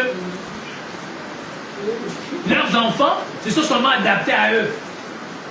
Comment ça? Je dis, mais c'est la mère des impudiques qu'elle a engendré les protestants, les baptistes. Je dis, les baptistes, là, donc voilà, ce sont ceux-là qui marchent avec les lacets, ils ont oublié la chaussure. Dieu est bon, Dieu est bon, Dieu est bon, Dieu est bon. Le Saint-Esprit descend en onction. Je dis, cela, ils ont pris la saison, c'est ma faute. Je dis que quand tu vois le bourreau, quand il chauffe, le bourreau du Gabon, il n'est même pas de des qualités là. Donc imagine ton pied sur le soleil, tu as mis comme ça, il marche comme ça. Je dis au Saint-Esprit. Donc ils ont la lacette sans chaussure. Et donc, tu dis que la lacette, c'est quoi? Il a la lacette, le parlant là. Ils ont reçu l'Esprit Saint.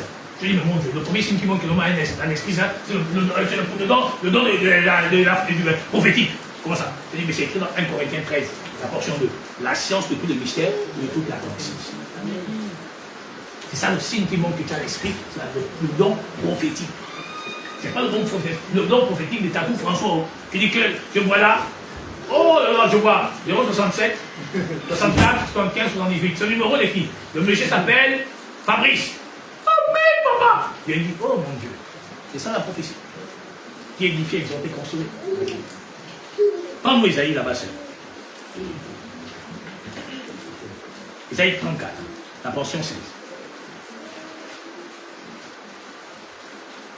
Consultez le livre de l'Éternel et lisez. Aucun d'eux ne fera défaut. Ni l'un ni l'autre ne manqueront.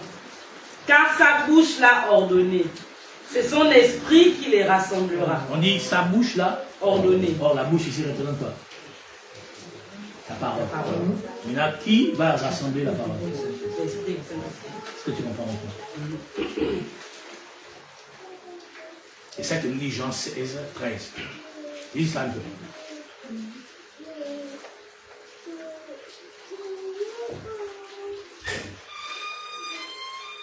« 16, 13. On finit dans 10 minutes. Quand le consolateur sera venu, l'esprit de vérité, il vous conduira dans toute la vérité. Il ne parlera pas de lui-même, mais il dira tout ce qu'il aura entendu et il vous annoncera les choses à venir. Il me glorifiera parce qu'il prendra de ce qui est à moi. On dit il prendra de ce qui est à moi. Il me glorifiera. Donc l'esprit s'est glorifié. Il prend sa reconnaissance où? Chez l'Éternel et il révèle une nation. Donc il ne peut pas être adoré. Il ne peut pas être acclamé. Il ne peut pas être célébré. Jamais de la vie. Au grand jamais. Il ne peut pas être célébré. Il ne peut pas être adoré. Il ne peut pas. Il ne peut pas. Et quand le Saint-Esprit vient, quelle est sa mission? Quel est son rôle? Comme nous Jean 16 là-bas. 13 à 19. Quand le consolateur sera venu, l'esprit de vérité, il vous conduira dans toute la vérité. Oui. Car il ne parlera pas de lui-même, mais il dira tout ce qu'il aura entendu, et il vous annoncera des choses à venir. Il me glorifiera, parce qu'il prendra de ce qui est à moi, et vous l'annoncera. Il me glorifiera parce qu'il prendra de ce qui est à moi, et il vous l'annoncera. Donc si l'Esprit Saint est venu, il a une mission. Quelle est sa mission? Glorifier l'Éternel. Révéler la véracité de l'évidence de Dieu.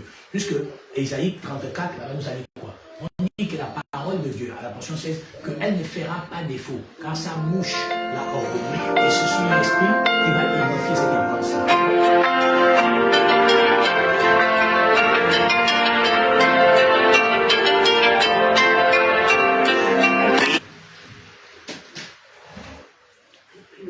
Jean 16, la portion 17 à 11.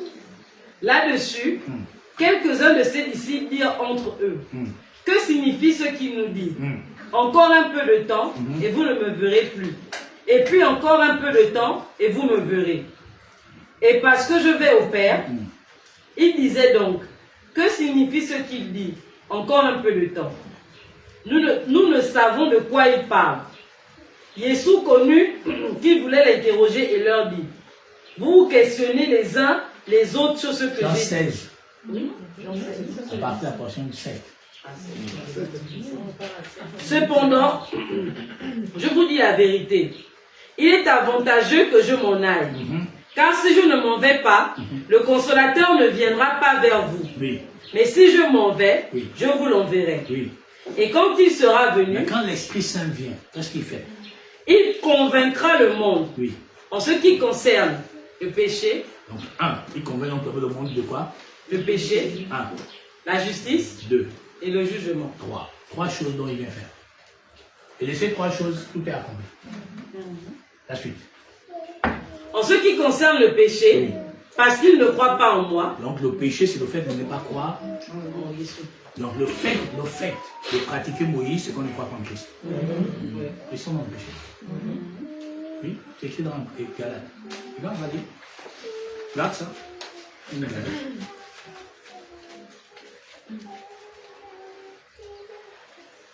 Tu es? Oui. Galate 5, la portion 4. Vous êtes séparés de Christ. Vous tous qui cherchez la justification dans la loi. Donc, ils sont séparés de qui? De Christ. Ceux qui cherchent quoi? La justification dans la loi. La suite?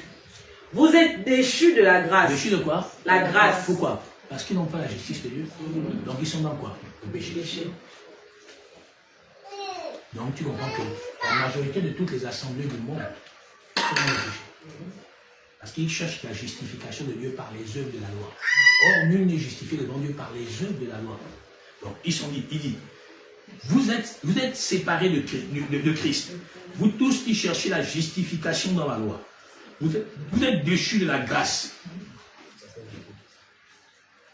Donc, vous voyez que ces gens sont déchus de la grâce? Oui, sœur.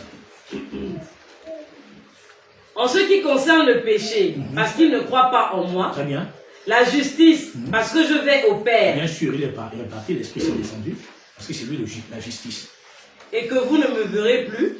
Le jugement, oui. Parce que le prince de ce monde est jugé. Donc, quelqu'un lui parle, il dit que le prince de ce monde est jugé. Maintenant, tu dis qu'il n'est pas encore jugé. Mais lui-même, il dit, le prince de ce monde est jugé.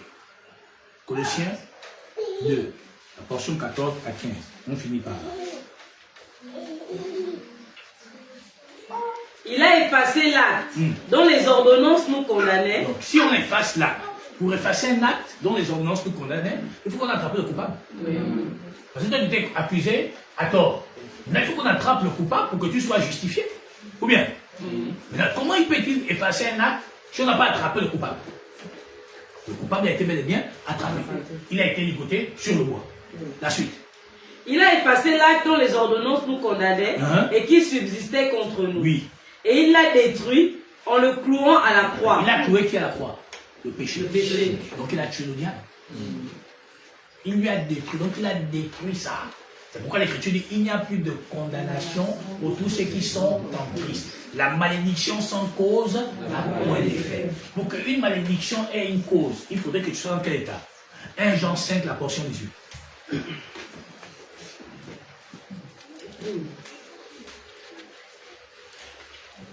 1 Jean 5, la portion 18. » Nous savons que quiconque est né de Dieu ne pêche point. Quiconque est né de Dieu ne pêche point.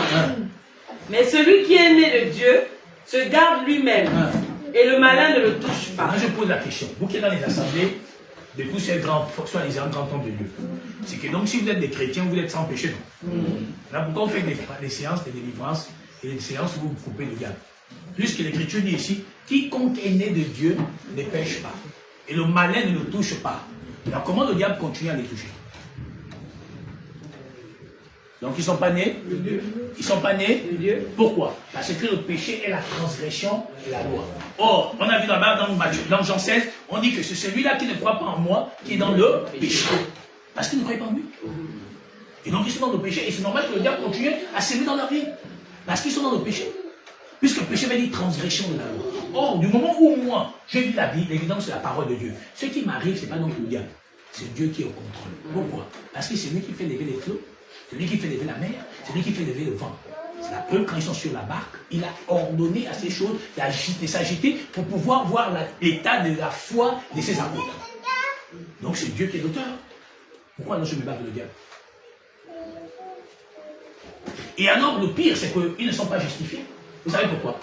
Parce que l'Écriture dit dans Romains 10, 17, la foi vient de ce qu'on entend vient de la parole de qui? De Christ. On est justifié par quoi? Par la foi. En mieux, Hébreux 11, 6 dit quoi? On est agréable à Dieu par quoi? Par la foi. Ça veut dire qu'eux, ils ne sont pas donc agréables à Dieu. Parce que s'ils étaient agréables à Dieu, il n'y a personne qui peut se sécuriter dans leur vie. Parce que celui qui est agréable à Dieu, comment Dieu peut-il tolérer qu'on le persécute? Car il dit, je ne sais pas avec moi et à mes prophètes, c'est la prunelle des messieurs. Or, finalement, Dieu nous dit dans Lamentation 3, il dit, mais pourquoi l'homme vivant se plaindra-t-il?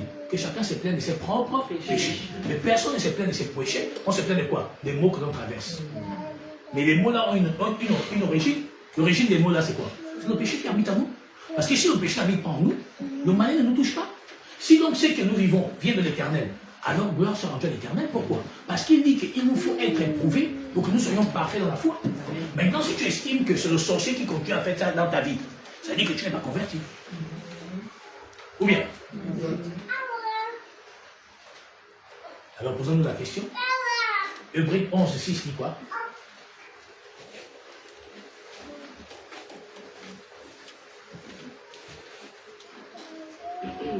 Or, sans la foi, il est impossible de lui être agréable. Sans quoi? La foi. Il est impossible de lui être agréable. Donc la question qu'on doit se poser avant de se séparer, sommes-nous agréables à l'Éternel? Si oui, c'est qu'on a la foi. Si on n'est pas agréable, c'est qu'on n'a pas la foi. Or, la foi vient de quoi? De ce qu'on entend. Ce qu'on entend vient de la parole de Christ. Ça veut dire que si j'ai entendu Christ, je ne peux plus être inquiet. Pourquoi? Parce que sa foi est une conviction de vérité en soi. Mais si tu as la conviction de vérité, tu t'inquiètes de quoi? C'est parce que tu n'as pas l'assurance. Et parce que tu n'as pas l'assurance, c'est que tu ne crois pas. C'est pourquoi Jacques nous dit, Jacques 1er, la portion 22, ne nous bornons pas à écouter la parole, mettons-en en pratique. Le problème, c'est qu'on ne met pas en pratique la parole. On dit Amen seulement quand c'est merveilleux. Mais le problème, c'est pas le tout n'est pas de dire Amen. Le tout est de mettre en pratique. Pourquoi? Prenons quelque chose pour finir ici. Aro Bondo, il ne faut pas t'inquiéter.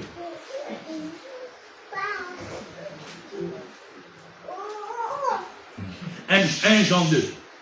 Prends la portion 3 à 6.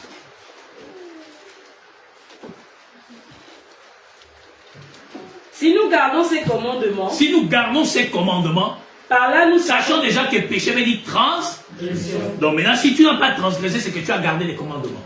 Très bien. Si nous gardons ces commandements, oui. Par là, nous savons que nous l'avons connu. Par là, nous savons que nous l'avons connu. Nous l'avons connu. 1. La femme qui prêche n'a pas connu Dieu. Pourquoi? Parce que c'est une ordonnance de l'Éternel. Elle est dans la transgression. Maintenant, une femme qui est dans le péché te prêche. Vous êtes dans quelle nature? Mais c'est normal que le ditem de ta mère là, de ton grand-père, de ton homme, continue à te chuter. C'est normal, il continue à te faire du mal. Pourquoi? Mais parce que la femme n'a pas le droit de prêcher. Paul dit, si quelqu'un croit être prophète ou inspiré, qu'il reconnaisse que c'est un commandement. On dit, si nous gardons ces commandements, mais si nous avons donc les commandements de Dieu, on ne peut pas donc établir les femmes pasteurs. Et donc, si on a établi des femmes pasteurs, c'est qu'on n'a pas les commandements de Dieu. Et si on n'a pas les commandements de Dieu, tous ceux qui écoutent ces femmes-là sont dans le péché. Donc, c'est donc normal que le Litengou de chez moi en Guinda là-bas vienne donc encore tenter. Et quand oui, oui monsieur, oui madame. Donc, matin, en Guinda, maman, qui est dans la Nyonga ou là-bas, tu subis? Pourquoi? Mais parce que tous les jours, oh ma mère est spirituelle. Ah, mais Bouddha est spirituel. Mais pourtant, Bilubiotu, au col, il va. Bilubiotu, Bilubiotu, Boutian, Moubaï. Tous les jours, tu pleures.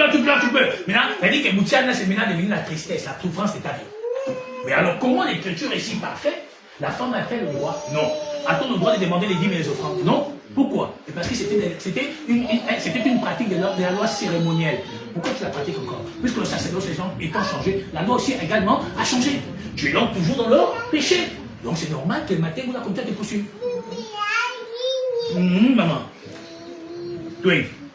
Celui qui dit, je l'ai connu, et qui ne garde pas ses commandements, est un menteur. Donc celui qui dit qu'il a connu Dieu, j'aime les femmes là. Oh, quand Dieu s'est révélé à moi, Dieu s'est révélé en toi en vampire.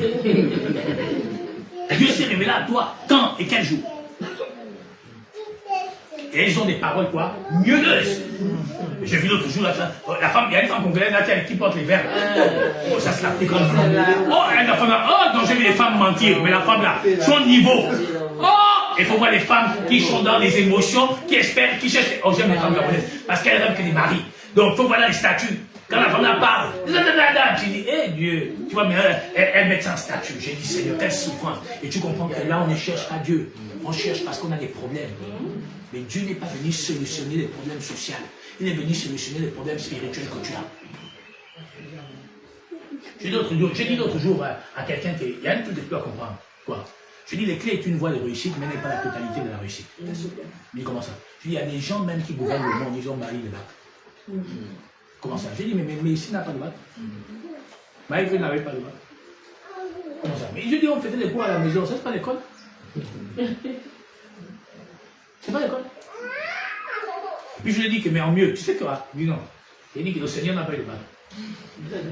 Comment ça? J'ai dit, mais il n'a pas l'école. Hein? Hein?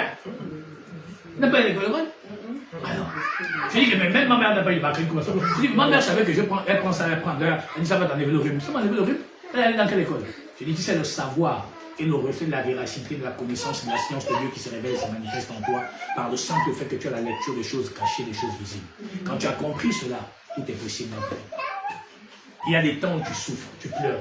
Il y a des temps où Dieu dit c'est fini, tu ne pleureras plus. C'est ça la vérité. Les amis, cherchons Dieu avec notre cœur disposé.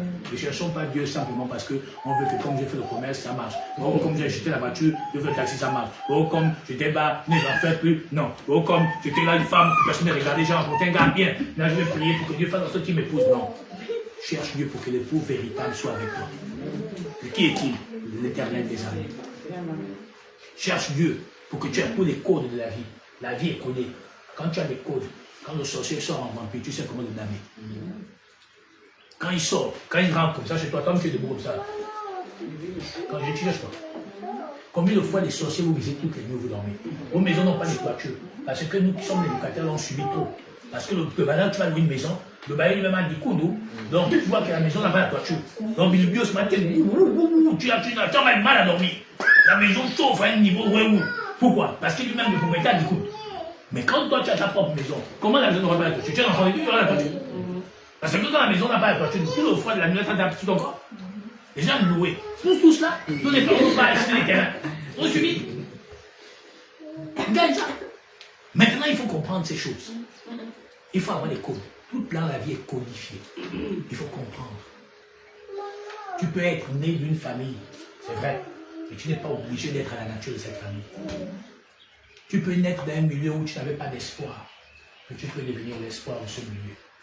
On peut dire que dans cette famille, rien de bon ne sortira. Dieu dit quelque chose de bon sortira. La clé, c'est l'Éternel. Nous avons trop couru à gauche, à droite. Vous savez, l'autre jour, je vous ai dit ceci. Le monde va vite. Et parfois, on est là, on pleure. On pleure parce qu'on n'a pas compris que c'est notre souffrance qui vient de notre propre maison. Il faut nous lever. Nous avons maintenant les enfants, ceux qui en ont. Nous avons les neveux, les nièces, sont nos enfants. Nous avons beaucoup. Moi, personnellement, j'ai plein. Parce que vous tous présents, ceux qui n'ont pas pu être là, ceux qui sont en province, ceux qui sont à l'écran, vous êtes plein. Donc j'ai plein d'enfants. Ça veut dire que ma manière de fonctionner ne peut plus être comme avant.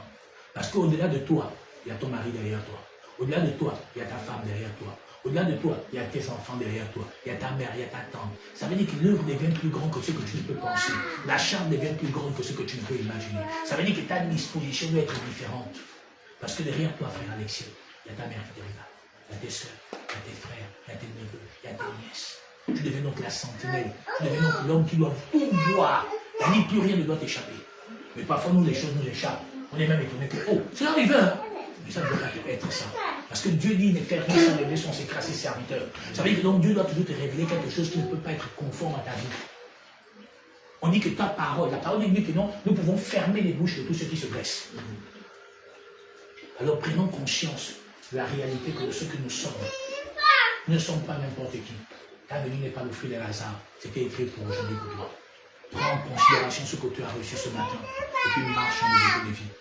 Tu veux être agréable à Dieu, sois-lui réellement agréable. Et il dit, celui qui dit que j'ai connu et qui ne garde pas ses commandements est un menteur. Et la vérité n'est point en lui. Donc il n'a pas l'Esprit Saint, il n'a pas l'Esprit Saint. Celui qui garde sa parole, l'amour de Dieu est véritablement parfait en lui. Par là, nous savons que nous sommes en lui. Celui qui dit qu'il demeure en lui doit marcher aussi comme il a marché lui-même.